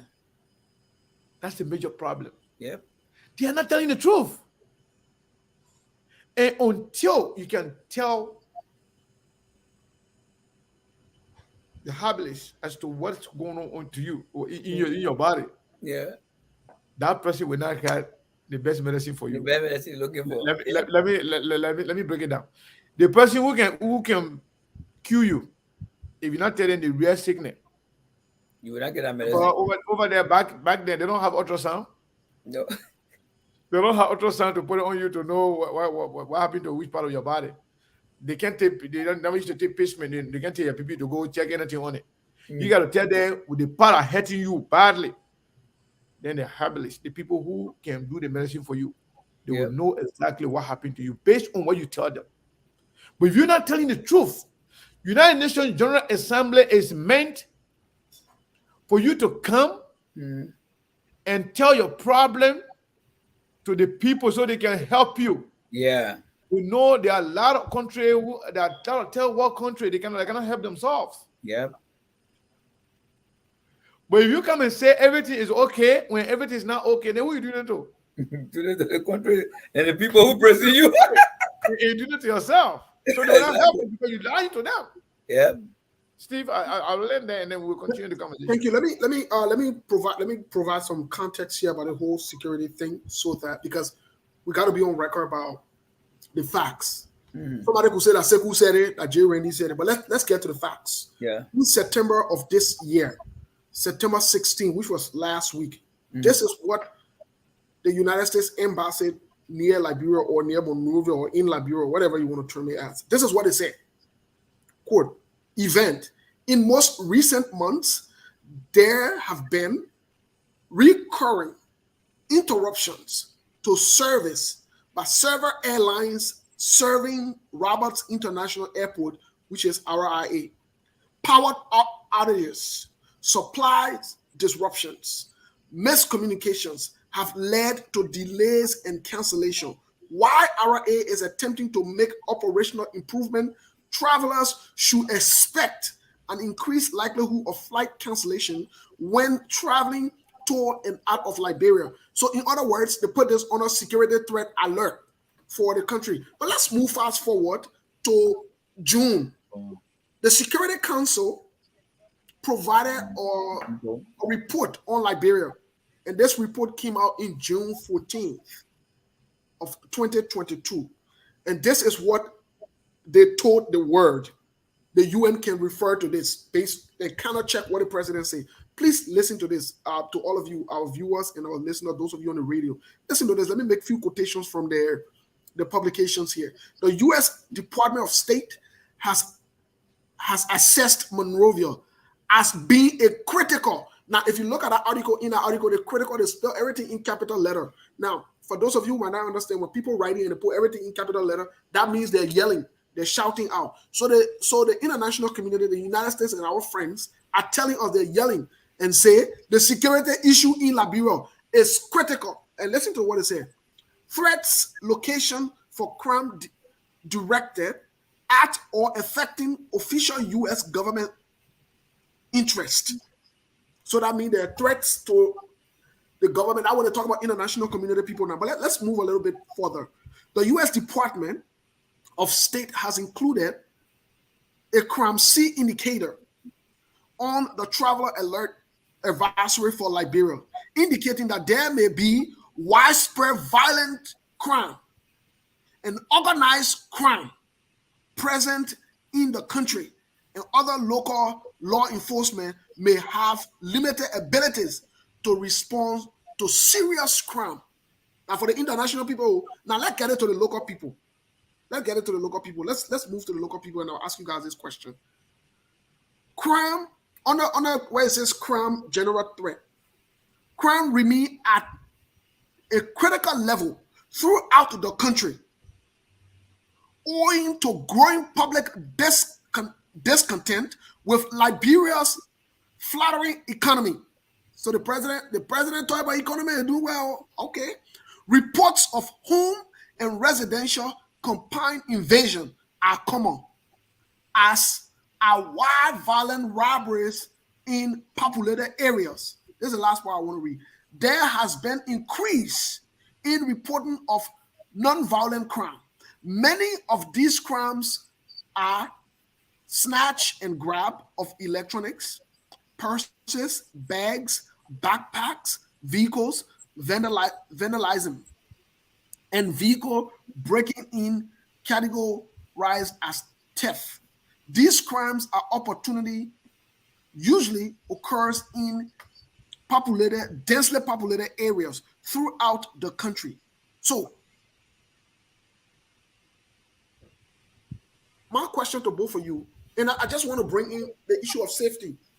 Most recently, we saw Princess Copper's case. A young lady. Before Princess Copper's case, we also saw back-to-back mysterious deaths. After they audit us, there were mysterious deaths back-to-back that followed subsequently. In the morning, people just wake up, reporters saying, oh, the other person was found dead.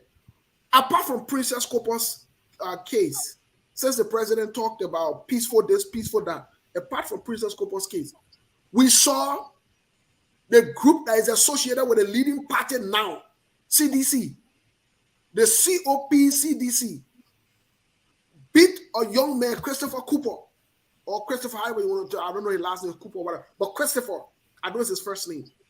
We saw that. So I want to ask you before we get to the phones here. Was the president deceptive? Did the president lie about the security issue here? Can the Liberian government go and ask our partners now and say, yo, please help us with security issue in our country? Because according to him, the security is on a lockdown, things are peaceful, and everything is going fine. In the elections, he promises that it will be secure and safe. When the same government wrote these few days, used the American letterhead to write requesting NEC to send a sample of the election stuff in our country. Can we trust this government? The question goes to both of you.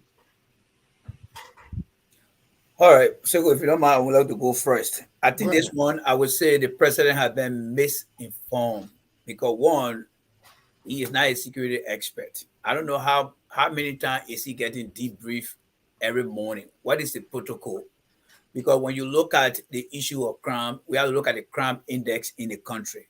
Right now, like you said, Moses, if I ask any Liberian right now, what is the current crime index in the country? From what I'm seeing, the crime index probably will be around 82% or 90%. That means people are not safe. Now, when you look at the safety index, what is the safety index to? Now, you mentioned about RRA. That is transportation safety. When you look at community where people are dying, that is community safety. When you look at the entire country being vulnerable to drug abuse, those are national safety. So how do we incorporate all these things? These things should be coming to the in our institutions that are responsible to bringing this thing that Mr. Weah cannot succeed and he's failing if those who he trusted in the different position are not applying a vision to what they want to achieve in their role, whether it is the Ministry of Planning, Finance, Development, the EPA, the Liberia National Police, the Internal Affairs. If we don't put these things together, and secondly, they are not even adding value. The Ministry of Internal Affairs is responsible for the internal security.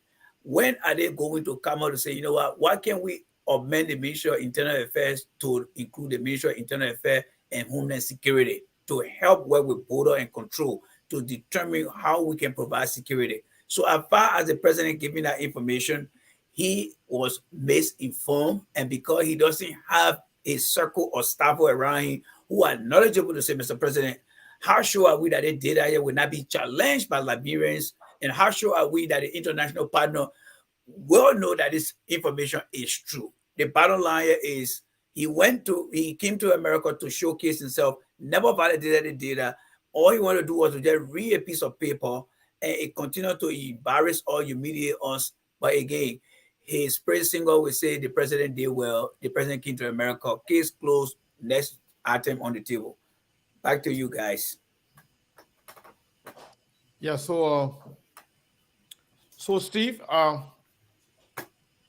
think we are going back again to what we said earlier. The president did not do justice. Yep. He again misled the people of Liberia. But before I go deeper on that, I just want to respond to something. You know, this platform, I've said it before, you may not have the biggest number on the screen, but we have real human beings and big people there following this platform as I speak to you. Trust me. I like Even some of the people we're talking about can be watching. So that's why it's important when we talking here, we talk and we present facts. the representative that is here, that actually there are a lot of it here, but the one who decided to write it is Representative Akala's grade. He says something contrary to what I said about Matthew Innes' death. I said he may die mysteriously. We have challenged the government for years. If you believe Matthew Innes' death was not an effort to destroy evidence, give us clear report explaining detail as to how he died. Akala the representative just said that Adolph Lawrence died from accident. We have asked the government for years now, just give us a report. Give us a clear police report. The police report that will tell us as to who is the driver of that truck that killed Adolph Lawrence. The report that will tell us that who is the owner of the car. The police will tell us what happened to the driver. Where is the driver of that truck? Who is the owner of that truck?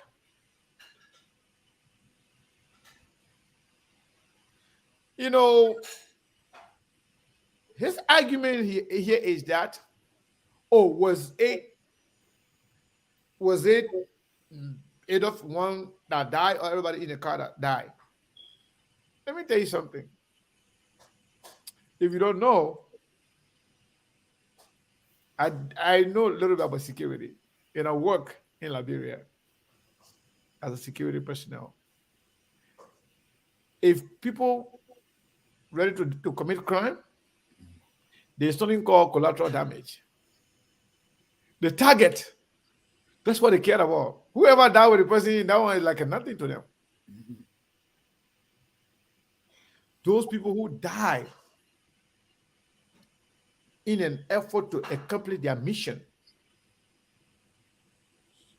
those are considered as collateral damage. Those people, they are not the target, but you're happy. But we are asking you now, tell us what happened. Present all facts. As a matter of fact, that car, that truck that killed Adolph Lawrence, I believe that truck was registered with the Liberian government. That truck was registered under a name. Somebody registered that truck. Since you don't know investigation, let me tell you just a little bit. Somebody registered that truck. Even the taxes, every document that they get, the flat receipt, is in somebody's name. Who is the owner of the truck? Who is the owner of the truck? Who is the driver? Where is the driver? Until you can bring in those facts to inform the Liberian people as to what really happened, people will continue to fill in the blank. And if you look at what happened before the man's death, the man said, we will invite the police director, the justice minister, here on Tuesday to make sure, let it come and report and tell us what happened to Matthew Innes. Then the man who said that could not live to see the Monday, let alone the Tuesday. Don't you think that invite some critical, some seriousness to that death? Because you know what? You will say, you know what? They may was very critical about the government, even though it was a part of all, but the men were critical about government. And in fact, they may say something. If we don't be careful, they might feel any devil live on us. So when something happened today, man, I found out exactly what happened and present the fact to the public. Mm-hmm. You have that responsibility. We did not do that. We want us to believe. Because you say it was mere accident, we should believe that? No, that's not how it works. Oh, because the president said the people that the auditors that died in the car, maybe they were friend, boyfriend, girlfriend. We should believe that. So you, as the government, it is your responsibility to provide the fact. So yes, I just wanted to clarify that part and to point those facts to Representative Gray for he to understand and know that we are not just speaking out of vacuum. We know exactly what we're talking about here. If you fail to do your due diligence, the Liberian people will fill in the gap for you. Do your work. Steve, I think we should go to Liberia, take a few calls. Yeah, Yep. Yes, we will. We will. Just before we go to Liberia, take a few calls. We'd like again to extend an open invitation to Representative Karas Gray or anybody from the CDC to come and make the case or debunk what we are saying here with the facts, not talking points. We have provided you with evidences, written documents, and records here today to counter most of the lies the president stated there on behalf of Liberia. So, Mr. Gray or Representative Gray, it's open to you. You want to come and discuss Ada Lawrence issue as well, and other people who died mysteriously, please come. You are more than welcome. We will be awaiting you wholeheartedly. Thank you. I think we can go to the lounge to Liberia. But also before you get in, let me just put things into context about what President Sekou has said here, right? There are families that are hurting because they lost their loved one. And in any country that where you think you got security and judicial process, where the due diligence, the due process of law in the investigation were never given to these people, you leave vacuum in their heart. That's what the brother is trying to say here. There have been no closure to these cases. So the people can say, what happened to our loved one? It will not happen again because we understand. And the second component there is, what can we do to put in place new measure to prevent it from happening? And he's right. So back to you, Sekou.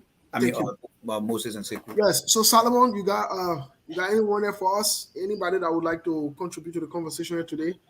Ladies and gentlemen, let me try to announce the number for them to participate. I know we have many followers across the 15 counties of this nation, Liberia. So I would like to announce the number for them to participate. And Solomon, if you don't mind, you can put your volume up a little bit so that we can hear the people that want to call.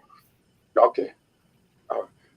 The number to call and be live here today on today's edition of the program SKTV with Sekou, Rene, and Steve from the diaspora 0776 92354. Call and be live on today's edition of the program SKTV 0776 92354. We await your call. Send out our call and make your point. 0776 92354. The name is Solomon Toby from Pinville City, Tupelo, outside the nation capital, Monrovia, Liberia. Yeah, I have a call here. Good evening, caller.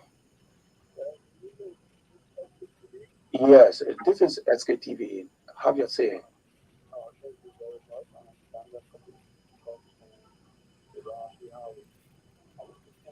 Yeah, we're not hearing the person.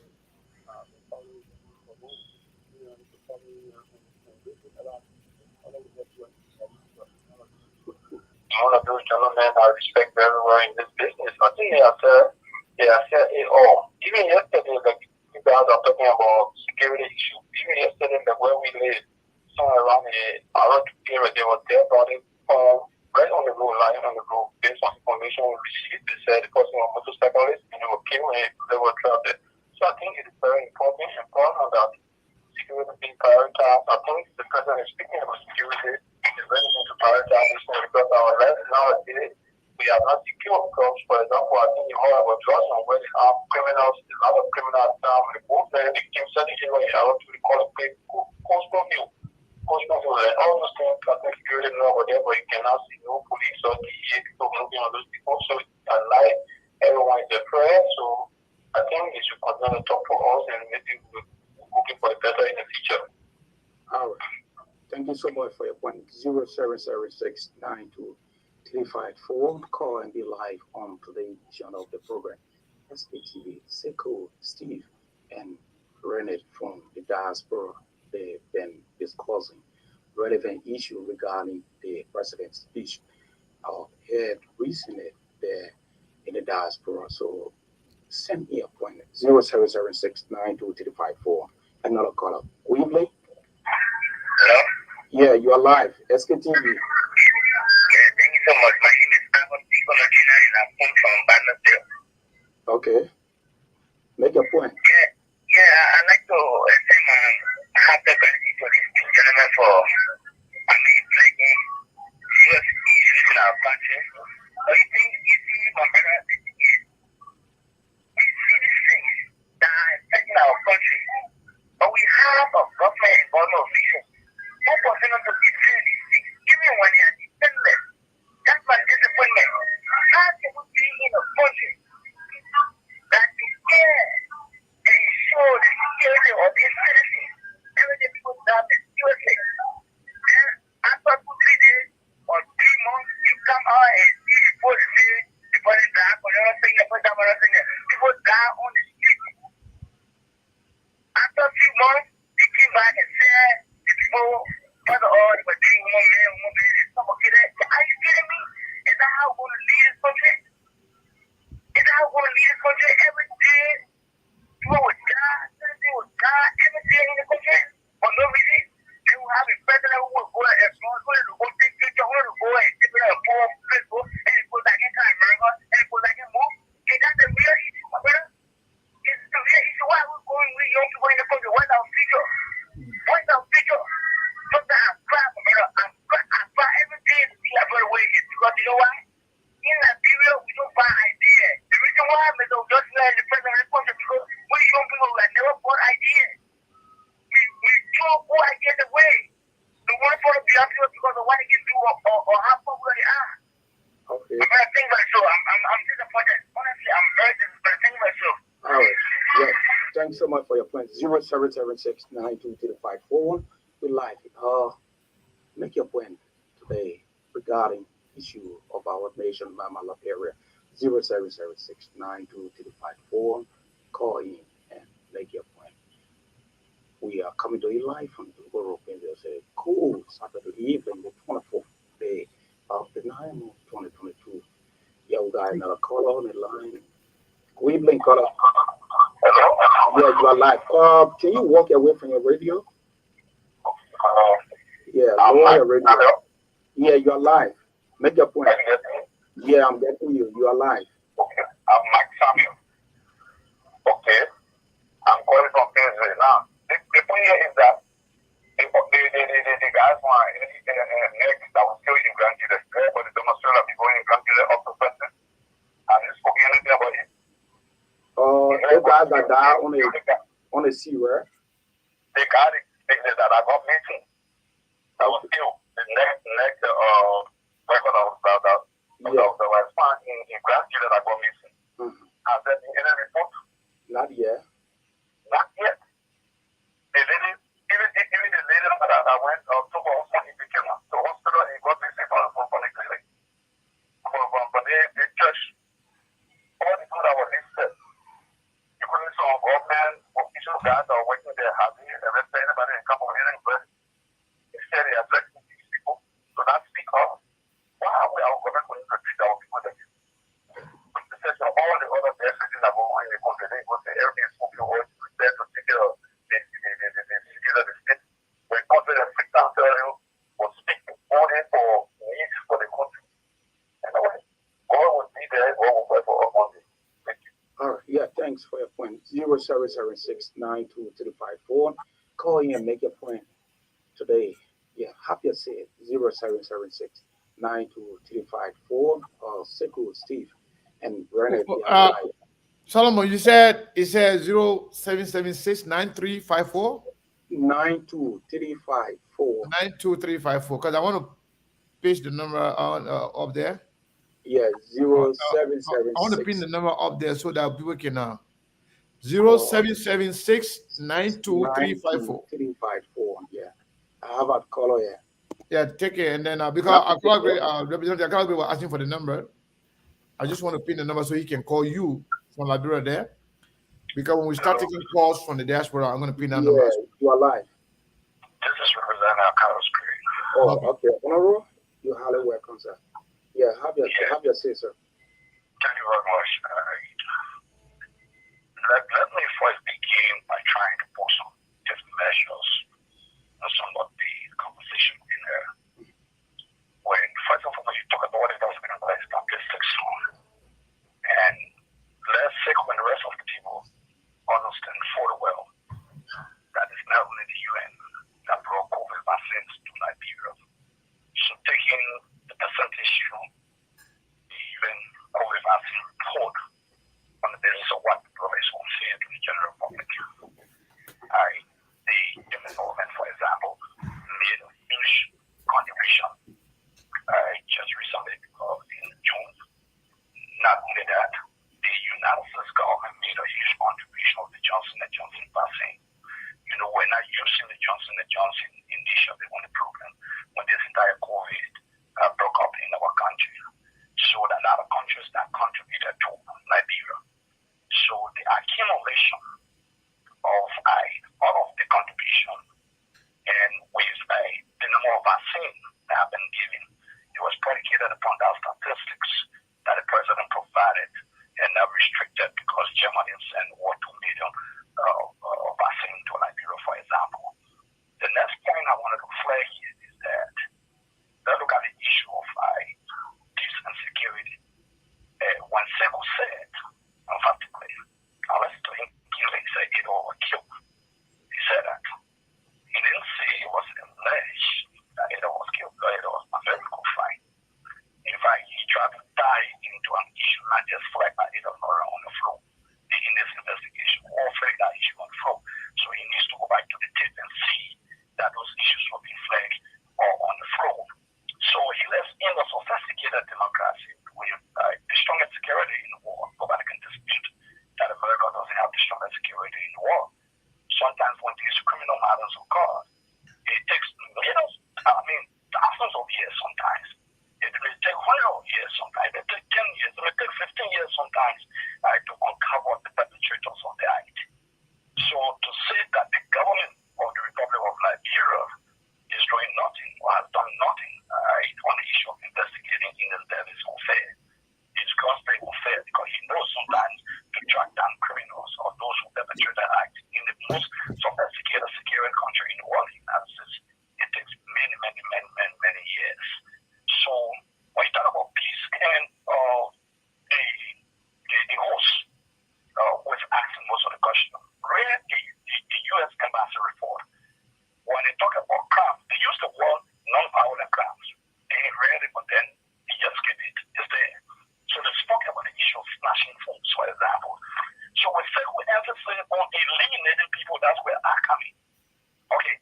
Now, there are people who, your colleague came from, for me, that's the highest number of diaspora representation I've seen in the Republic of Liberia this on Christmas and New Year. Okay, people stay on the street of Monrovia. Critical voices stay on the street of Monrovia up to 6 in the morning. Some 6 a.m. Some stay on the street up to 4 a.m. in the morning. Some of the most critical voices today, for the fact that I have called on this station. There's a local station here, I think you are broadcasting from 2 local stations in Liberia. For the fact that your program that happens to be the most critical program, okay, one of the most critical program on the government, and the government has shut down the station, but I moved out to tell them you got to close down the station with all the falsified information that is being provided tonight. That is unfortunate. Liberia is peaceful. I can tell you that for sure. Okay, we have one of the most peaceful countries in Africa. That is a public record. People are not shot every day in the street in Liberia, like maybe in the United States of America. Okay, people are not shot here every day in the street. America is talking about getting guns off the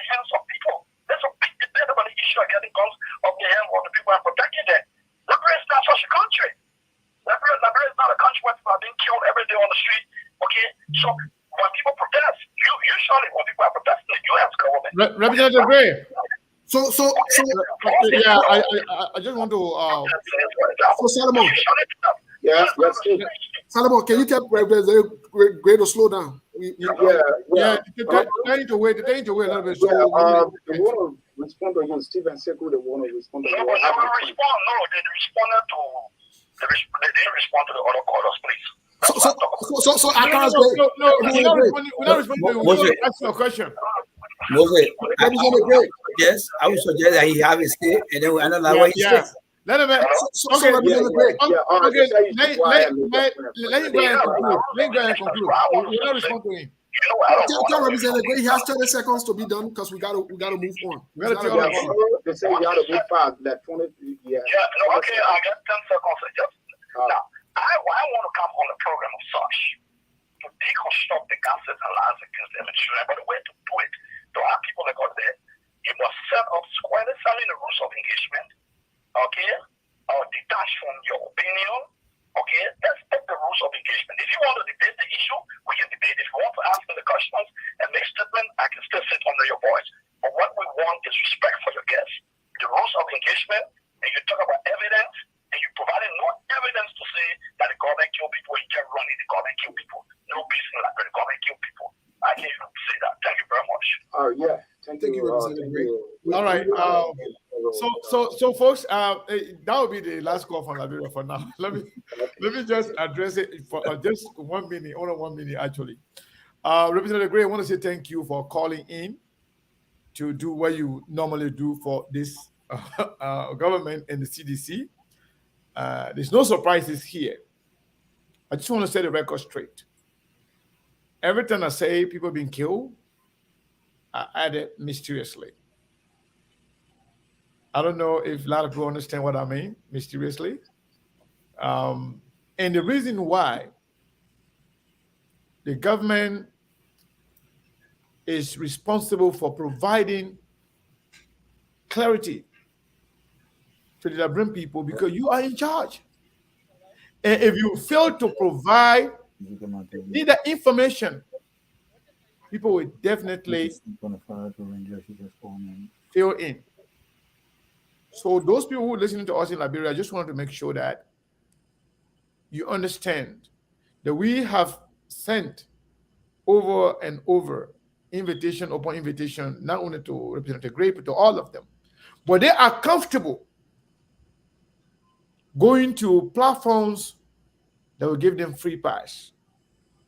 They are comfortable going to platforms that will allow them to make statements without being cross-examined, without fact-checking. They like to go to platforms, they are comfortable with platforms that will give them the leverage to spew lie and deceptions without being checked. We don't do that. And you cannot tell us how to run this platform. As a matter of fact, because of you say we are the most, if not one of the most critical platform on this government. We are doing that. It's good for you. It's good for the government. It's good for the Liberian people. Somebody had to hold you responsible. Somebody got to hold your feet to the fire so you can know as you can check. You can check break. If you're going too fast, we'll call your attention. You check break. You stop slowly. So we're going to open the line to the diaspora, but the radio station we're about to leave now because So can I say something quick with that? I want you to make your round here, then we can leave. Yeah. So Moses, you want me to shoot quick? No, go ahead, Jay Randy. I just want to make a quick clarity on something. Okay. So what I would like to know, first of all, I would like to piggyback on what Brother Sekou said. Honorable Gray, thank you so much for taking all of your time to come and join us here, because it's very rare for territory that are not familiar to government officials to come on here. So I personally want to say thank you for taking all your time. But what I would like to know here is in what capacity was he speaking? Because we know he's a representative of a district, and I don't know whether he on any committee that has to do with the issue of health or the issue of drugs and other stuff or security. He didn't identify that. So I'm still confused as to what capacity is he coming through. as a partisan, well, we'll take a message, but I won't take it as a true message to the fact that it is coming from a subject matter expertise who is on that committee. Secondly, when he comes out to say, y'all need to set your rules, I don't know what have he seen since the conversation started. Nobody, in my opinion, have been aggressive here and shutting people off and stuff like that. Whatever is taking place on the stream where people are having conversation, we cannot control them. And I believe there are some policy here that will say, do not use words are not permitted here. But out here, we have been having a conversation in a very unique way. And lastly, when he talked about people getting gunned down, a Liberian in Liberia were carrying arms.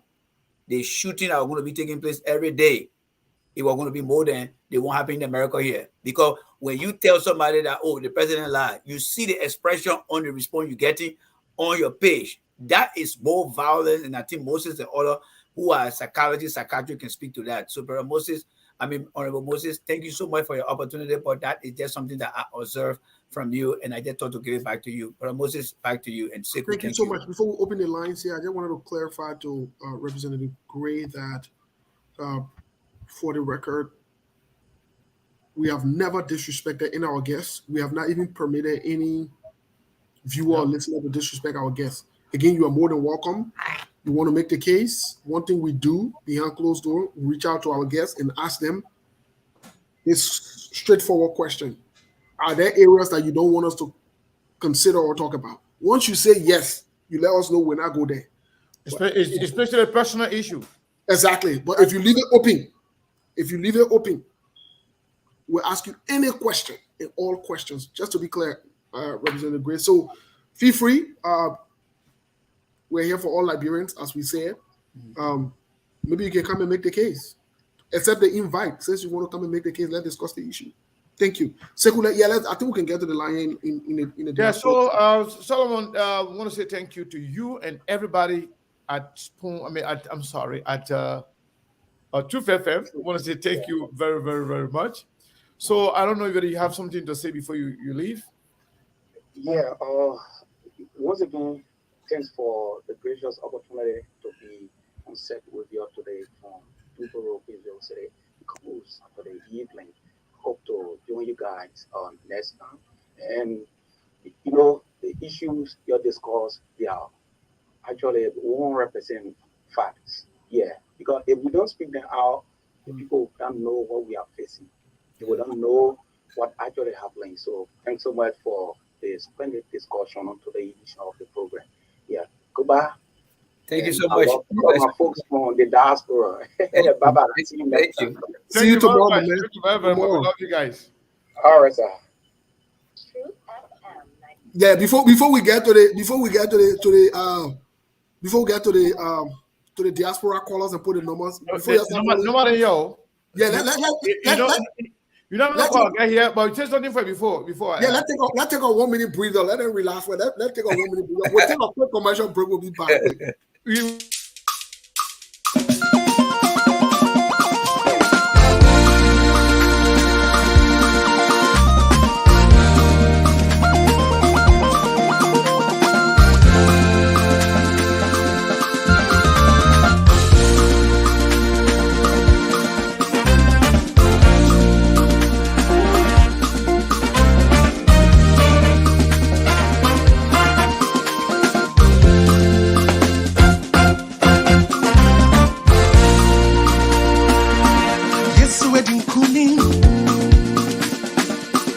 Over Satan power, residing Kunima. I'm an overcomer. Yes, wedding Kunima. Over Satan power, residing Kunima. See, I'm an overcomer. I say yes, wedding Kuni. Yes, wedding Kuni. Over Satan power. Desire in Kuni. I'm an overcomer. I say yes, wedding Kuni. Yes, wedding Kuni. Over Satan power. Hey, hey.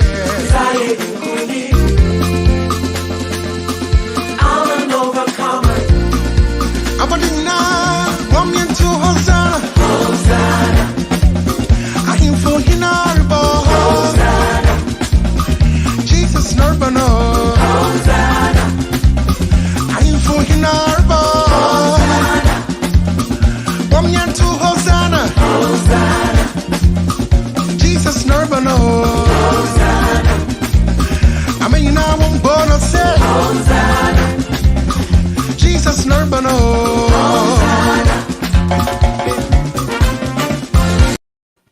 Well, thank you, folks. Both Sekou and Randy will be back momentarily. It's not easy today. But let's go back to the song. You know that y'all let this song here. So let's go back to the song and finish it up. No. See, forget about the song. Forget about the song, please.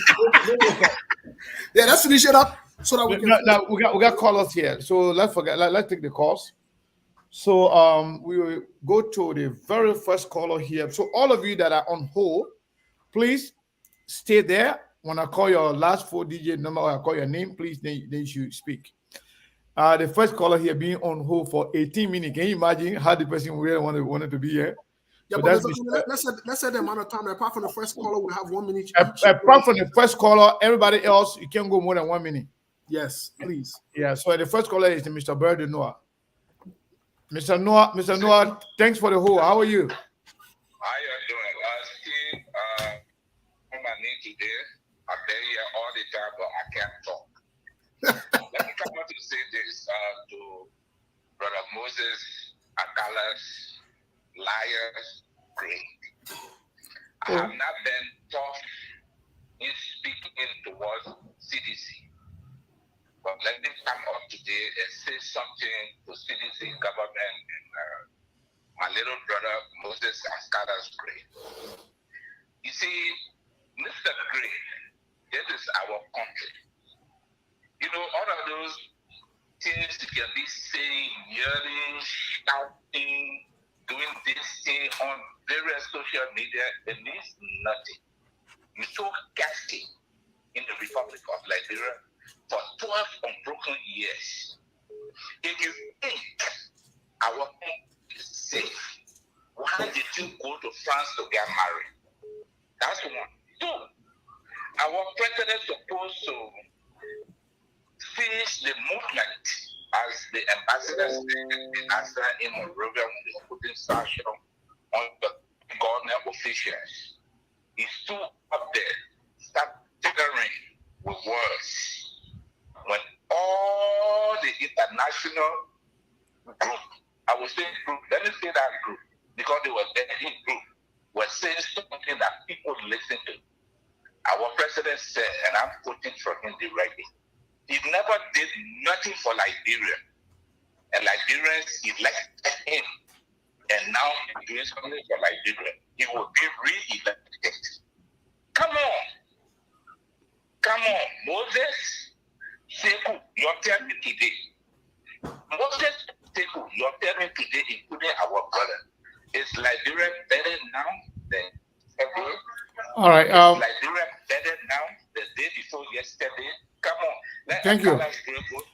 Thank you, Mr. Noah. Thank you very much. But before you go, you know, you can make your point without being derogatory, without being, disrespectful. You can come and call him and put liar in his middle name.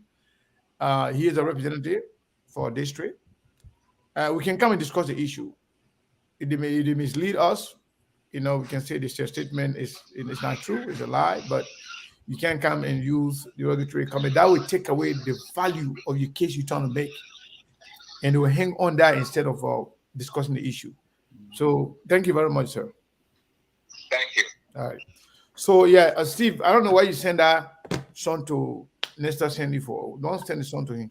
Let me just be Let me just enjoy the song. Okay, let's take Victor here. Victor been on hold to forever. Victor, how you do, my brother? 1 minute, sir. I'm good, my brother. Thank you for having me.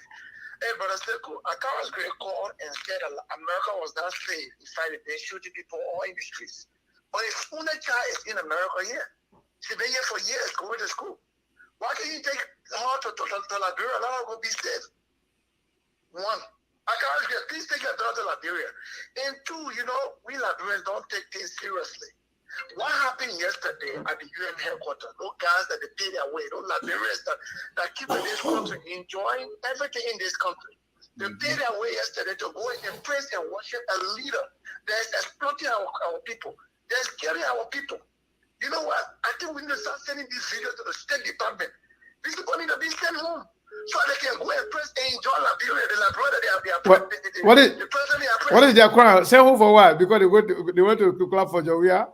Yes, my brother, this is serious, man. Our people are suffering every day. These guys are here and playing fun.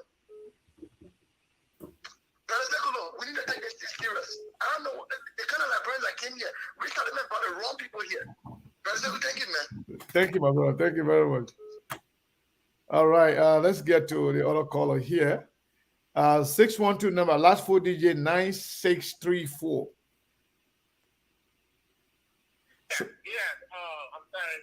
Hello? Yes, go ahead, sir.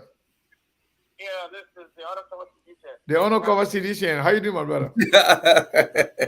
When you say undercover CDC, you don't need to call your name. Everybody know that bang. You know, like we are so funny. It's okay for you to support other people, or other person not support another person. It's so funny. But you know, you guys said something about the president trying to prove a friend when he came to America. And here's the reason why, and I think you have to do it. You know, when the opposition are not giving reason for the president to actually change tough questions or tough situations, then where you will find him doing the kind of thing. The opposition is so proud of him coming to America. We're saying he was on a restricted visa with all the problems in the country. This is the biggest thing the opposition were yelling out. He's on restricted visa. So if this is what you have, the guy will tell you, you know what? I'm not on a restricted visa. And that's why he will give you. The opposition are the one that's supposed to set the stage of how things should go. And all you want to talk about is restricted visa, when the people in the country are suffering, people not getting, people not being paid, and that's going on. Is that all you got? And that's why the guy gave them that. He said, no, well, I'm not on the student visa. In fact, breaking news, John Jacob does travel on like red passport. He uses his U.S. John does not use visa. He uses his U.S. government to come to the country. Period. I don't know about that, but thank you very much, sir. Oh, no.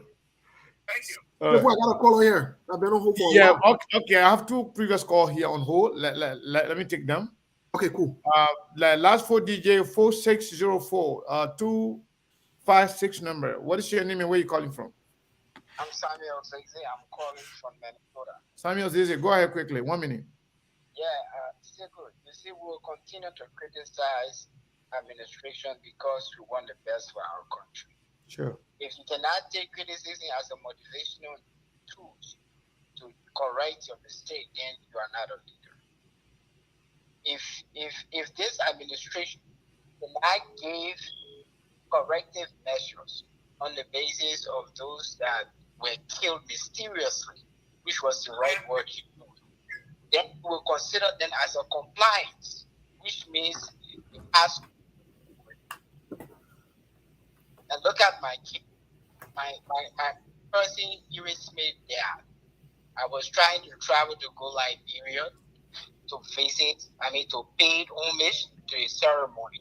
I received a call from one who is working from the George Weah administration that I should not go in Liberia. Asking him why, he cannot justify it. So it's an indication that those people are dying is because they are critics on the government, or they have certain information that the government don't want them to leave. Look at the auditors that died. Look at the 2 children that died from cirrhosis. Why are the investigation? Look at Prince and Princess Coco. Why is the investigation today? In fact, the police spokesman is justified that there was no foul play. You got 30 seconds, my brother. Yeah. So in order to conclude is that the George Weah administration had validated that Liberia is insecure for the fact that the president will say everyone should have a CCTV on his forehead. And let me make this clear. The people of Liberia, they are not protecting their property, they are protecting themselves. So how can a man protect himself when he has CCTV on his house? The man is not protecting his house. What about when a man goes out? Why is the protection? Why Thank you. is the service government is providing for their citizens. Thank you very much. The government has provided insecurity for the people. The government is irresponsible and will continue to declare that and will be critical until we can have a good governance system. Thank you very much. Let's go to the next caller here, then we'll go to Steve. Caller here, 701 number, last 4 digits, 7361. What is your name and where are you calling from? Good afternoon, Sekou. Good afternoon, Moses and Randy. Good afternoon. You made mention of, I think it was Steve that made mention of the death of former representative, the late representative Ada Lawrence. It was me. When you go back to history, right? Mm-hmm. Palavani was killed the same way. Go back to history, the same way. An army truck ran into Palavani's car. That investigation, as far as my memory can serve me, nothing was done. Ada Lawrence, peace be to her ashes, as claimed, ran on a truck. That truck engine has a VIN number. Yeah. Except they tell me that the truck was not registered in the country at all. That's just all I wanted to add. Thank you. Very good point. So let's go to Steve. I think we have other people here, but Steve first, and then we'll go back to the line here. Go ahead, Steve. Yes. Caller, what's your name? Where you calling from, please? Hello. Yes, hello, Steve. Good afternoon, Dan.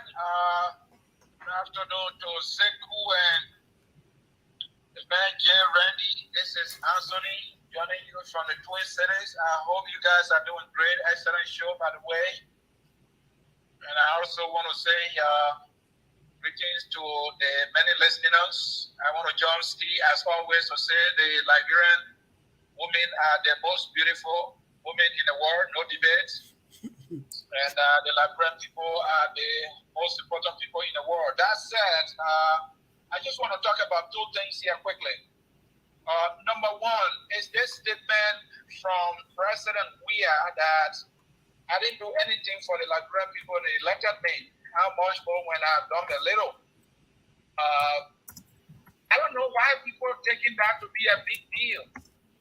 And so for me, I beg the question to say, well, who has ever done anything significant for us, who we elected? I mean, should electing somebody be what the person has done for us? If we want to, go on with that narrative that someone must have to do something for the Liberian people before we can elect them, a lot of people will be denied. Many of all are poor. I think we should look at ideas. We should look at qualification. We should look at experience. We should look at plans. As those things that we should base our decision on as a people in electing somebody. And, so, for example, I heard Costa raise this thing so much. And so most of his friends pick it up. They always say he didn't do anything for Liberia. They voted for him. So what? So Costa now, is he trying to also say, and many others who are saying that, should they decide to run for office tomorrow, we should say they should show us what they've done for Liberians and Liberia. Is the qualification for an elected position now what you have done? And when they say what you have done, what are they talking about? Building roads?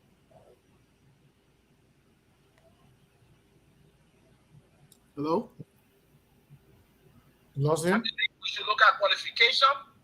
I believe we should look at ideas. We should look at plans. Those are the things we should look at. And whether the person has the character, that person does not have questionable character, and that person has a track record of being consistent in whatever little thing that they are doing, in their own ways. It shouldn't be about what you've done for Liberia. The senators and representatives are building markets. Are they qualified? When they are getting all the money, is that why you people trying to tell us? So if we want to use that as a yardstick, then let us elect all the senators and representatives. Those are the ones that pay school fees. Those are the ones that give me scholarships just to buy votes. Then let us elect my girl. Because McGill has been giving millions in scholarship. I think people need to stop that. That's my first thing I want to address. The next thing I want to address, here to those of you listening, is the issue of the CDC partisans that went to the United Nations. I see a lot of condemnation. People are disgusted, that they have to do that when many of them live in the United States. They're in the rain. That is their president. I will not do it. But if you say you're supporting somebody, you have to show it. They went there in good numbers to show support to the person they believe in. That's the essence of politics for those who are in the partisan politics. You take your side, you put a black cloth on your face, and you see nothing wrong, or you see all good. I mean, that is what they're doing. Now, on the opposition side, did they go there, to show to the world that, well, despite what these people are saying, that is not the truth, and this president is this and that? Maybe they did. Maybe I didn't see them. I don't think we should condemn our brothers and sisters for supporting the person they believe in. Those of them who have others they want to support, let them do that. Are they saying they should be condemned? They should be called names? Let's say somebody support Ellis Cummings.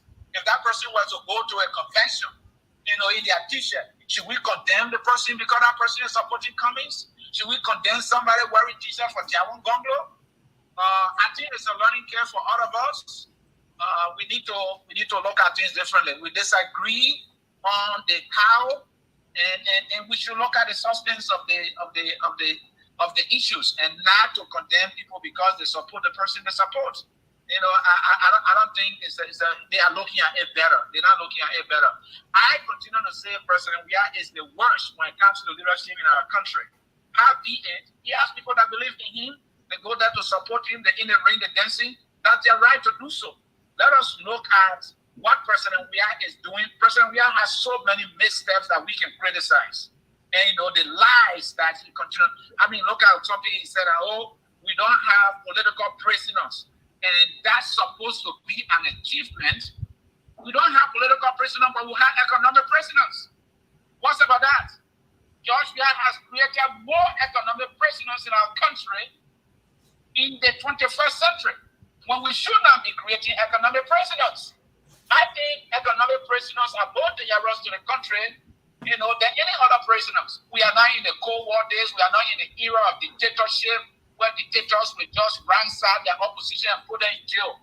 And because we don't have a political prisoner, that is somehow an achievement for this president. Thank you. Also, are the people that are in economic despair and all that. Can we talk about that? That's my contribution, and thanks so much, guys, for the platform. I appreciate you all. Thank you so much. Thank you. Yeah, so I got calls here. So, Mr. Connor, just before, because I'm about to leave, can I just make a comment quick? That's fine. Yes. And I will leave you and Randy with the rest. I want to say thanks to you and Randy, to our listeners and our viewers. I have a meeting, so I have to run. But I think it's important for us to state the facts. We came here today, we made a case, we stated the facts. It's up to the government or whoever it is, whether they want to debunk us or they want to say whatever. Come in and tell the Liberian people what you think is the truth, as opposed to what we've said here. Not talking points. The last thing I also want to say is I want to agree with Ansonin that we have to stay focused on the issues. All the little sad talking and small things, it's not important. Joe, we are going to see dog and people passing around with it, make it the biggest talking point now, and you're taking away from the most important issues at hand. And some of the people within with so-called opposition, some people who call themselves opposition members, they are part of the distractions. They are deliberately trying to distract you from the issues at hand. Y'all stay focused with the issue.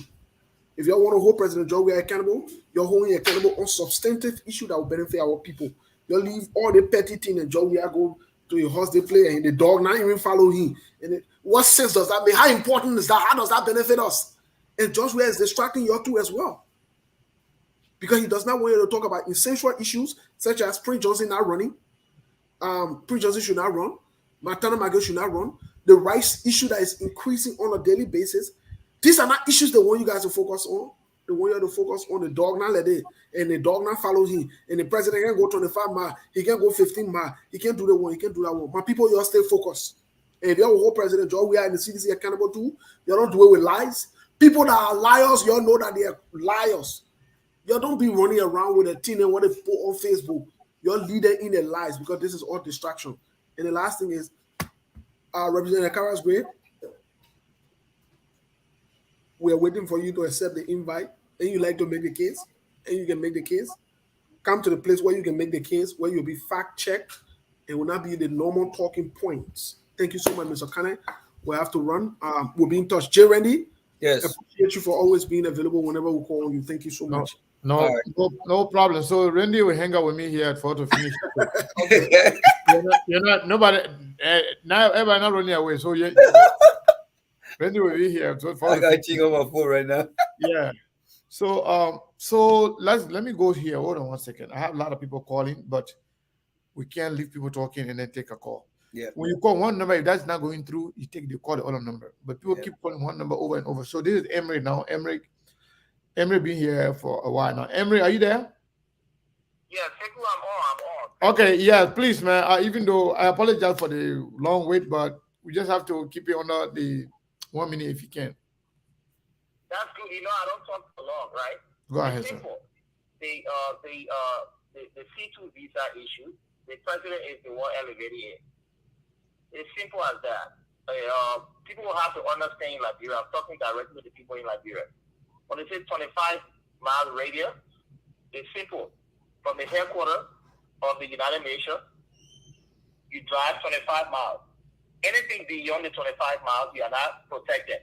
But anything within the 25 miles of visa like that is a geographical restriction.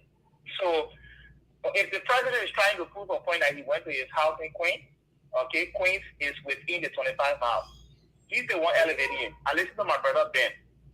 Ben, an enthusiast or fan of soccer players. He's in the opposition. If he's coming on to talk about those things, the president leaves the country. If the president is the one amplifying it, people will have to talk about it to find the truth in it. So there's nothing wrong with finding the truth in what the president is doing. To show that he went to his house it's 12 miles from the headquarters. 12 miles from the headquarters. So it's something simple. We can't keep talking about this over and over. The president lied about it. We have to call him out on his lies. If you think that it's petty not to talk about those things that the president is highlighting, then I think you need to just side with him and forget about being in the opposition. Thank you. Thank you very much. Caller here. Caller, what is your name? Randy, the caller coming in. You can't even believe it. I just like to listen to them. So let her go ahead. Go take the call. Caller, what is your name and where are you calling from? 74. After that person waited for maybe 20 minutes. They just drop. I don't even know what happened. Oh, man. I apologize. If you call back, we'll take it. Trust me. Yeah. Like the other caller. There are a lot of calls coming in. Caller, what is your name and where are you calling from? 215 number 9261. Thank you. This is Johnson. How are you doing this morning? How are you doing this afternoon? I'm doing wonderful. How are you? Fine. I thought to just weigh in on the monologue response given by Representative Gray. I think it needs no debate that Liberia is not a stronghold of peace at this time in our nation's history. And I would love to have a further conversation on that, a very intelligent conversation, hopefully, if he chooses to do so. Because all organized bodies of research have shown that Liberia is a fragile country. All right? And there are two elements of peace. You have, on one hand, positive peace, and on the other hand, you have negative peace. And negative peace has to do with all of the different factors and environments that create fear of violence, that create a fragile society. And that's what we're seeing ravishing in our country today. In fact, the Global Peace Index 2022 lists the different categories in terms of the peace, the positive peace index. It rated Liberia not even among the most peaceful countries in the world. And there are different taxonomies of factors that create a peaceful environment. You look into the direction of the government in terms of the public service and social delivery to the country. We have fought on that. In fact, just last year, NAMO published a report in September of last year that argued that 93% of our population do not trust the government in terms of security. So where are we coming from to say and argue that Liberia is a peaceful country? Even the United States government still used to publish annual reports on conflict and fragility. The country, driven by high level of unemployment, driven by joblessness among our young people, with drugs and substance abuse, ravishing and diminishing the whole population. You cannot count on that as the basis to prove that because there's absence of gunfire, there's no war, so therefore the country is peaceful. What Leah has done has degraded the country to a point that Liberia is now on the time bomb. At any moment in time, anything can trigger violence and mayhem and hostility. So we have to be very careful. Thank you. So I just wanted to register that. Thank you so much. Thank you very much. That was brilliant and on point. Yep. I think this is Yasini here. Yasini, are you there? Hey, Sekou, how are you? Sorry, I know you've been calling more than 50 times. No, that's okay. Number one, I want Steve to be on here so I can make a point. Yeah, but Steve is listening. You told me you were gonna complain me to you because I don't share, and I always share even if I'm at work and I'm not able to watch, and I'll watch later. Number one, I respect the people on this platform. I'm part of this platform from its beginning, and the information that it brings to educate our people. Let me just say kudos to all of you, Brother Randy, my husband Sekou, my son Steve. This is a family platform per se. The issues are too many to approach all, but I'm going to approach the safety issue, the human rights issue, right? Sekou, it was good that you chronicled from the auditors. One of the auditors, the younger one that disappeared, is still missing. And you chronicled the central bank, Matthew Innes. So the representative Lawrence death, and it behooves all of us to call space a space. We say all the people not talking to the president, the people not reporting to the president. We as the citizen, power is not taken, it's given. The people, we the people who give this man the power, have pointed out over and over the shortcoming of the people around him. He have refused to let them go. So he is in the know, okay? It is not possible for we are not to be in the know. When Gifty Lama and Emmanuel were caught in the car dead, he said they were girlfriend and boyfriend business. And he preached that that's exactly what the report said. They were sitting in a car and they had carbon outside poisoning, which is not likely. Two, just last week, two little girls under the ages of 5 molested. A pregnant lady was found in the street dead. In fact, just yesterday, if you go on Facebook, you will see a dead body laying down in the street. 3 weeks ago in Maryland, for weeks, people were protesting for missing children and finding their dead body. The administrator for election in Grand City have been missing. There's no word about him. The president was put out, never made it home. They found his body with his past taken off. Every day there's a rape. If you go back to 2020, okay, there were over 1,000 rape cases which the president declared rape as a national emergency, promised an initial investment of $2 million to be able to fight rape. It has not happened. So for one to say Liberia is a safe place to live, it is scary. But all in all, what we have spoke to is a lie. ECOWAS have not given us $50 million. Okay, that money came from the World Bank. From 2019 to 2021, they started rehabilitation that they have spent $13 million. That is not correct. And Liberia is not a safe place to live. Between District 17, District 15, and 16, there are over 7,000 Zobos or children who are on drugs. That's national security. That's security hazard to the nation. Unemployment. All of the other countries that have had what do you call it, armed struggle, or that the leadership have been ousted, it has been based on economic struggle. Okay, unemployment is a national security issue also. All right. So I'm gonna start here because again, like in short, the president lied. The president don't have information. You don't want to have the information. If you want to have the information, the people will give you the information. The president has an MBA. All right, that's the cream of the crop of business school. So there's no excuse here that people set the bar and say, at least he can read. He has an MBA. Remember this. Thank you. Wow, thank you very much. Anyway, the part that you say Steve gonna report you to me, I didn't hear that, but we'll talk that behind the scene because I'm the other husband. She got two husbands. And when we spend some time, we don't tell my wife can say, well, why your wife? We can't hear from your wife again. because of my Facebook wife there. Yeah, if you're not on Facebook, she can't talk to you though. Yeah, she only talk to me on Facebook. Oh, okay. Yeah. So yeah, again, folks, we want to say thank you to all of you. Already, we heard a lot. We have heard a lot from our people. Yes. And your contribution today was also very, very good as always. Yes, sir. When we come here on this platform, you heard Representative Gray saying that this is the most critical, if not, if one of, if not the most critical platform on the government. And I think the government should be grateful. Correct.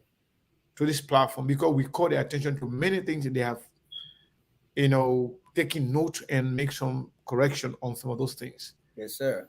And we have made some recommendation, public recommendation. They were not going to tell you they will take it, but deep down they go and make some adjustment, which is good. And again, the invite is open to everybody, not just about category, everybody.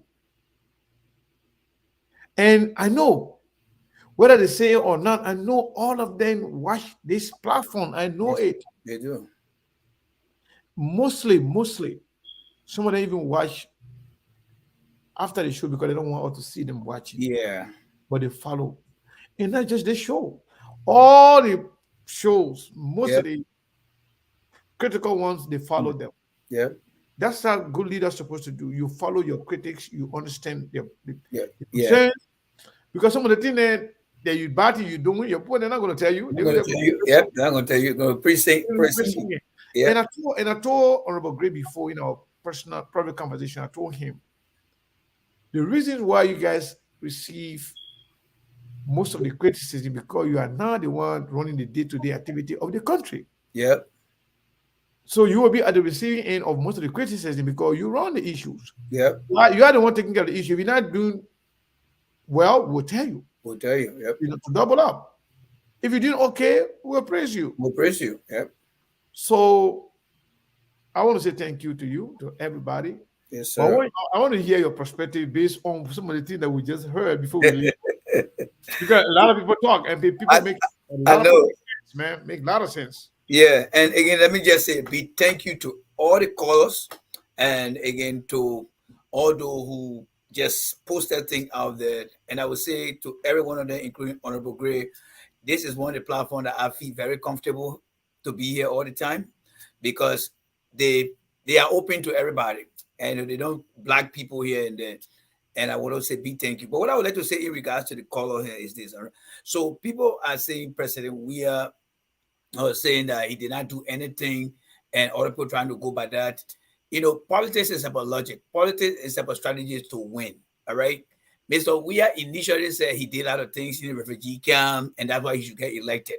Now he's changing the whole thing now around and say, I didn't do anything. I got elected. Now the people will elect me because I done something. We should not do it. But I think what Mr. Weah should be saying is, I came into politics with no experience and the people accepted me. Will they be able to keep me on with all the blunders I have made? That's how I will interpret that. Because right now we all seeing that things are not really working. United Nations get the president a list of things to do. He failed to do it. The Mandela Challenge program, they failed that thing almost 4 times. So it just goes to show that the president came to the table with no experience and he continued to push things like that. And one of the callers said something very important. And we should focus on the issue. And I do agree with that too. That is, the elections coming, Barasiku, is about the issue, the demographic, and the geographic. But here's the thing here. All the president that left the UN General Assembly, I'm sure when you go to their website, they're not bringing camera behind them, hawking their wife, holding their dog. Mr. Weir is the one who dictating this thing. And when he dictates the thing, people will have to discuss it because they're looking at how less busy he is or how important he is. If Mr. Weir called for a conference, like for example, one time Ellen Johnson said they were having a conference, right? And she had all her ministers, then they were discussing the national issue. Even Mr. Trump did something like that, Obama did something like that. Do you think we have any reason to say, oh, the president did? No. He detecting these things very simple. And when people come out here, there are different people who see things differently. People want entertainment. People want this. So the president should ask himself, this thing I'm doing, how will people perceive me? Because everything I do is going to have a negative impact on me, especially if it's something that is less important to the people. If Mr. We are getting the money and start to say today going forward, I'll be having press conference across the community, engaging the people, the opposition will be challenged to do things. But if the president not setting the tone, I think the opposition too should not follow to that extent. Opposition need to focus on the issue, inform the demographic, and make sure the message spread across the entire country. Now, as far as the solution go, why it is true, Brother Sekou, everyone here in this country, they got their organization they follow. The women group, the Me Too movement, the Black Lives Matter, these are organizations, right?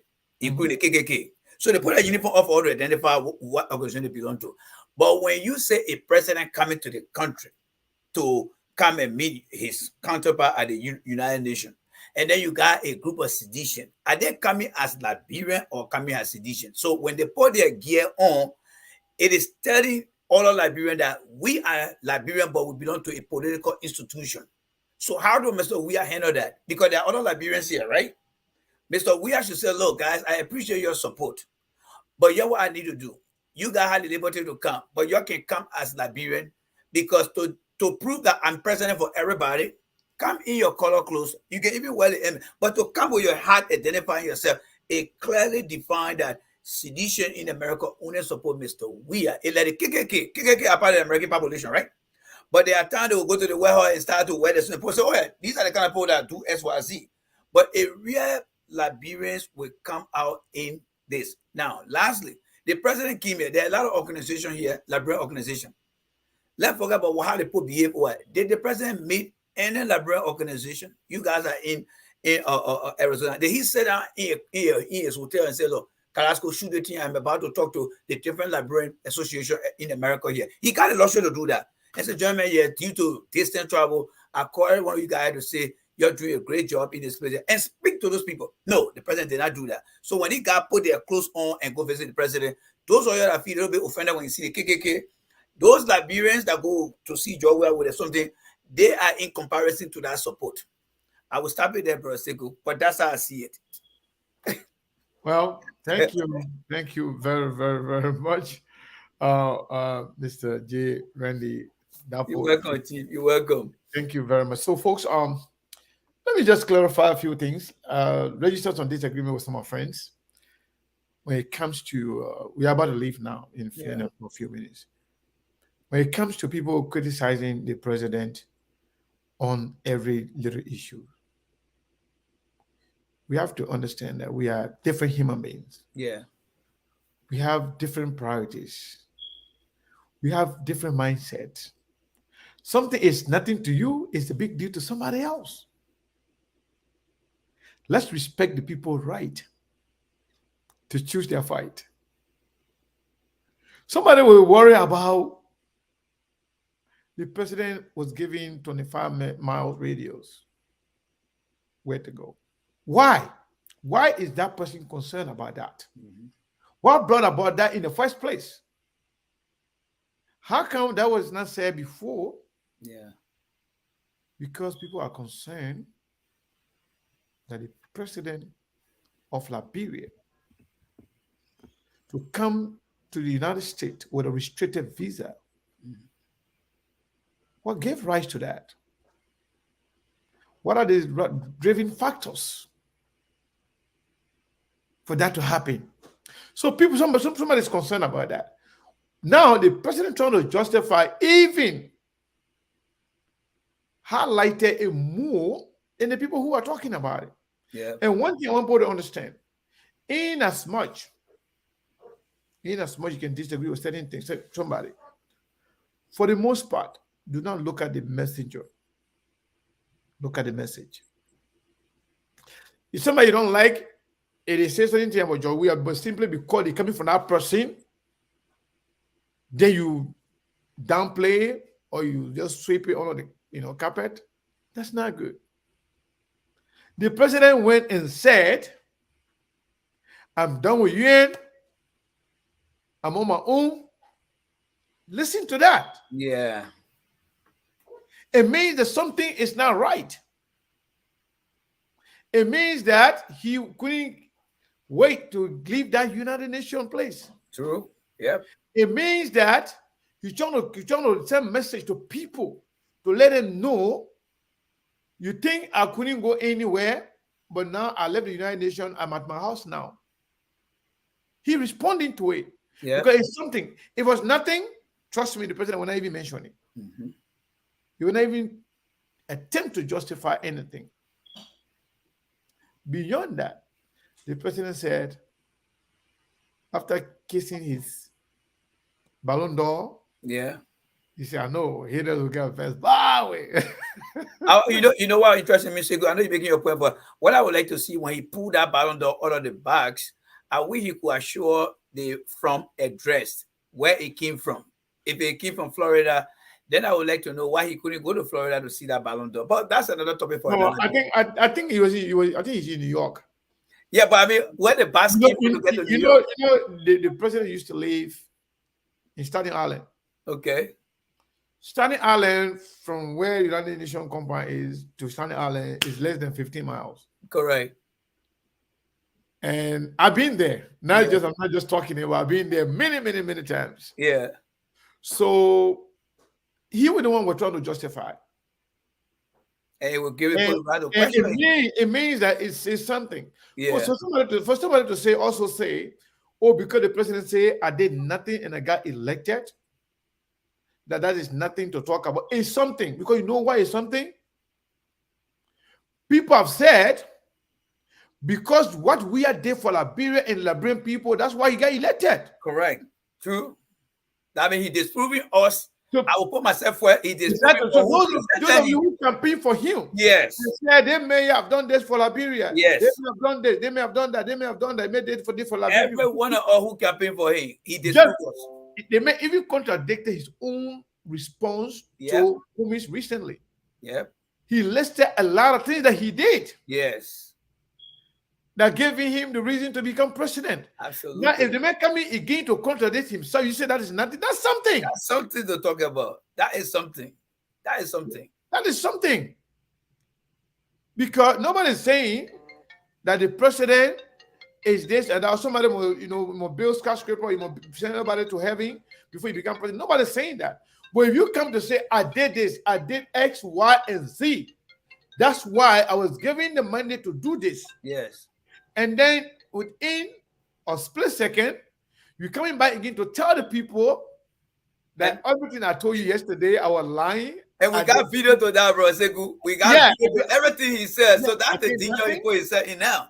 That's the danger he put himself because we got video to everything. You said you did X, Y, and Z. You did X, Y, and Z. You did X, Y, and Z. Then, but in the same conversation where he said he did nothing, but he was giving the mandate. You know what he said there? I'm a former peace ambassador for United Nations, UNICEF. Yes. That is a record. People can say anything, but that's the record. That means he's trying to say he did something. Yeah. But at the end of the same conversation, I said I did nothing, but people give me the mandate. Wow. So it's good to note these things, to sharpen the contradiction. Yes. That the man is contradicting himself. Yep. He said one thing today and tell you something else yesterday. Yes. It may not be a bigger issue, but it speaks to the character, integrity, honesty of the speaker. Yes. So those of you who were campaigning for him, we are just told you that he did nothing. He just lied to us. He just lied to us. And So Randy, out there too. make your final comment, then we can close. What I would say here is this: let everyone take a breather. Do your own research. I know they will try to delete some of the videos, but we already got it recorded where Mr. Weah said, "What I did for my people is why the people love me." So coming down to the preseason of 2023, when he comes out and say he didn't do anything, that is a complete contradiction. And whatever he's telling us from the United Nations, things that he said. And people who are preparing video for the opposition, they should take all the videos. Yeah. They play the first one he's there, then they play the other one. Then Yeah. Which one you believe? Yes. That's So what folks, we're going to do. So with that, Brother Sekou, I think we are getting enough to the people, and we ourselves we are learning enough. We gotta go now. We gotta go now. We're almost 3 hours. Can you imagine? Yeah. Almost 3 hours. Thank you, folks. Thank you very much. We love you. Right, and we'll be here tomorrow. Okay. Hey man, there's no more call, please. We gotta go. No more calls. I'm sorry.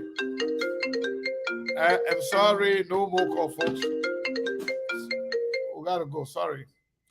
Yeah, so we'll be here tomorrow.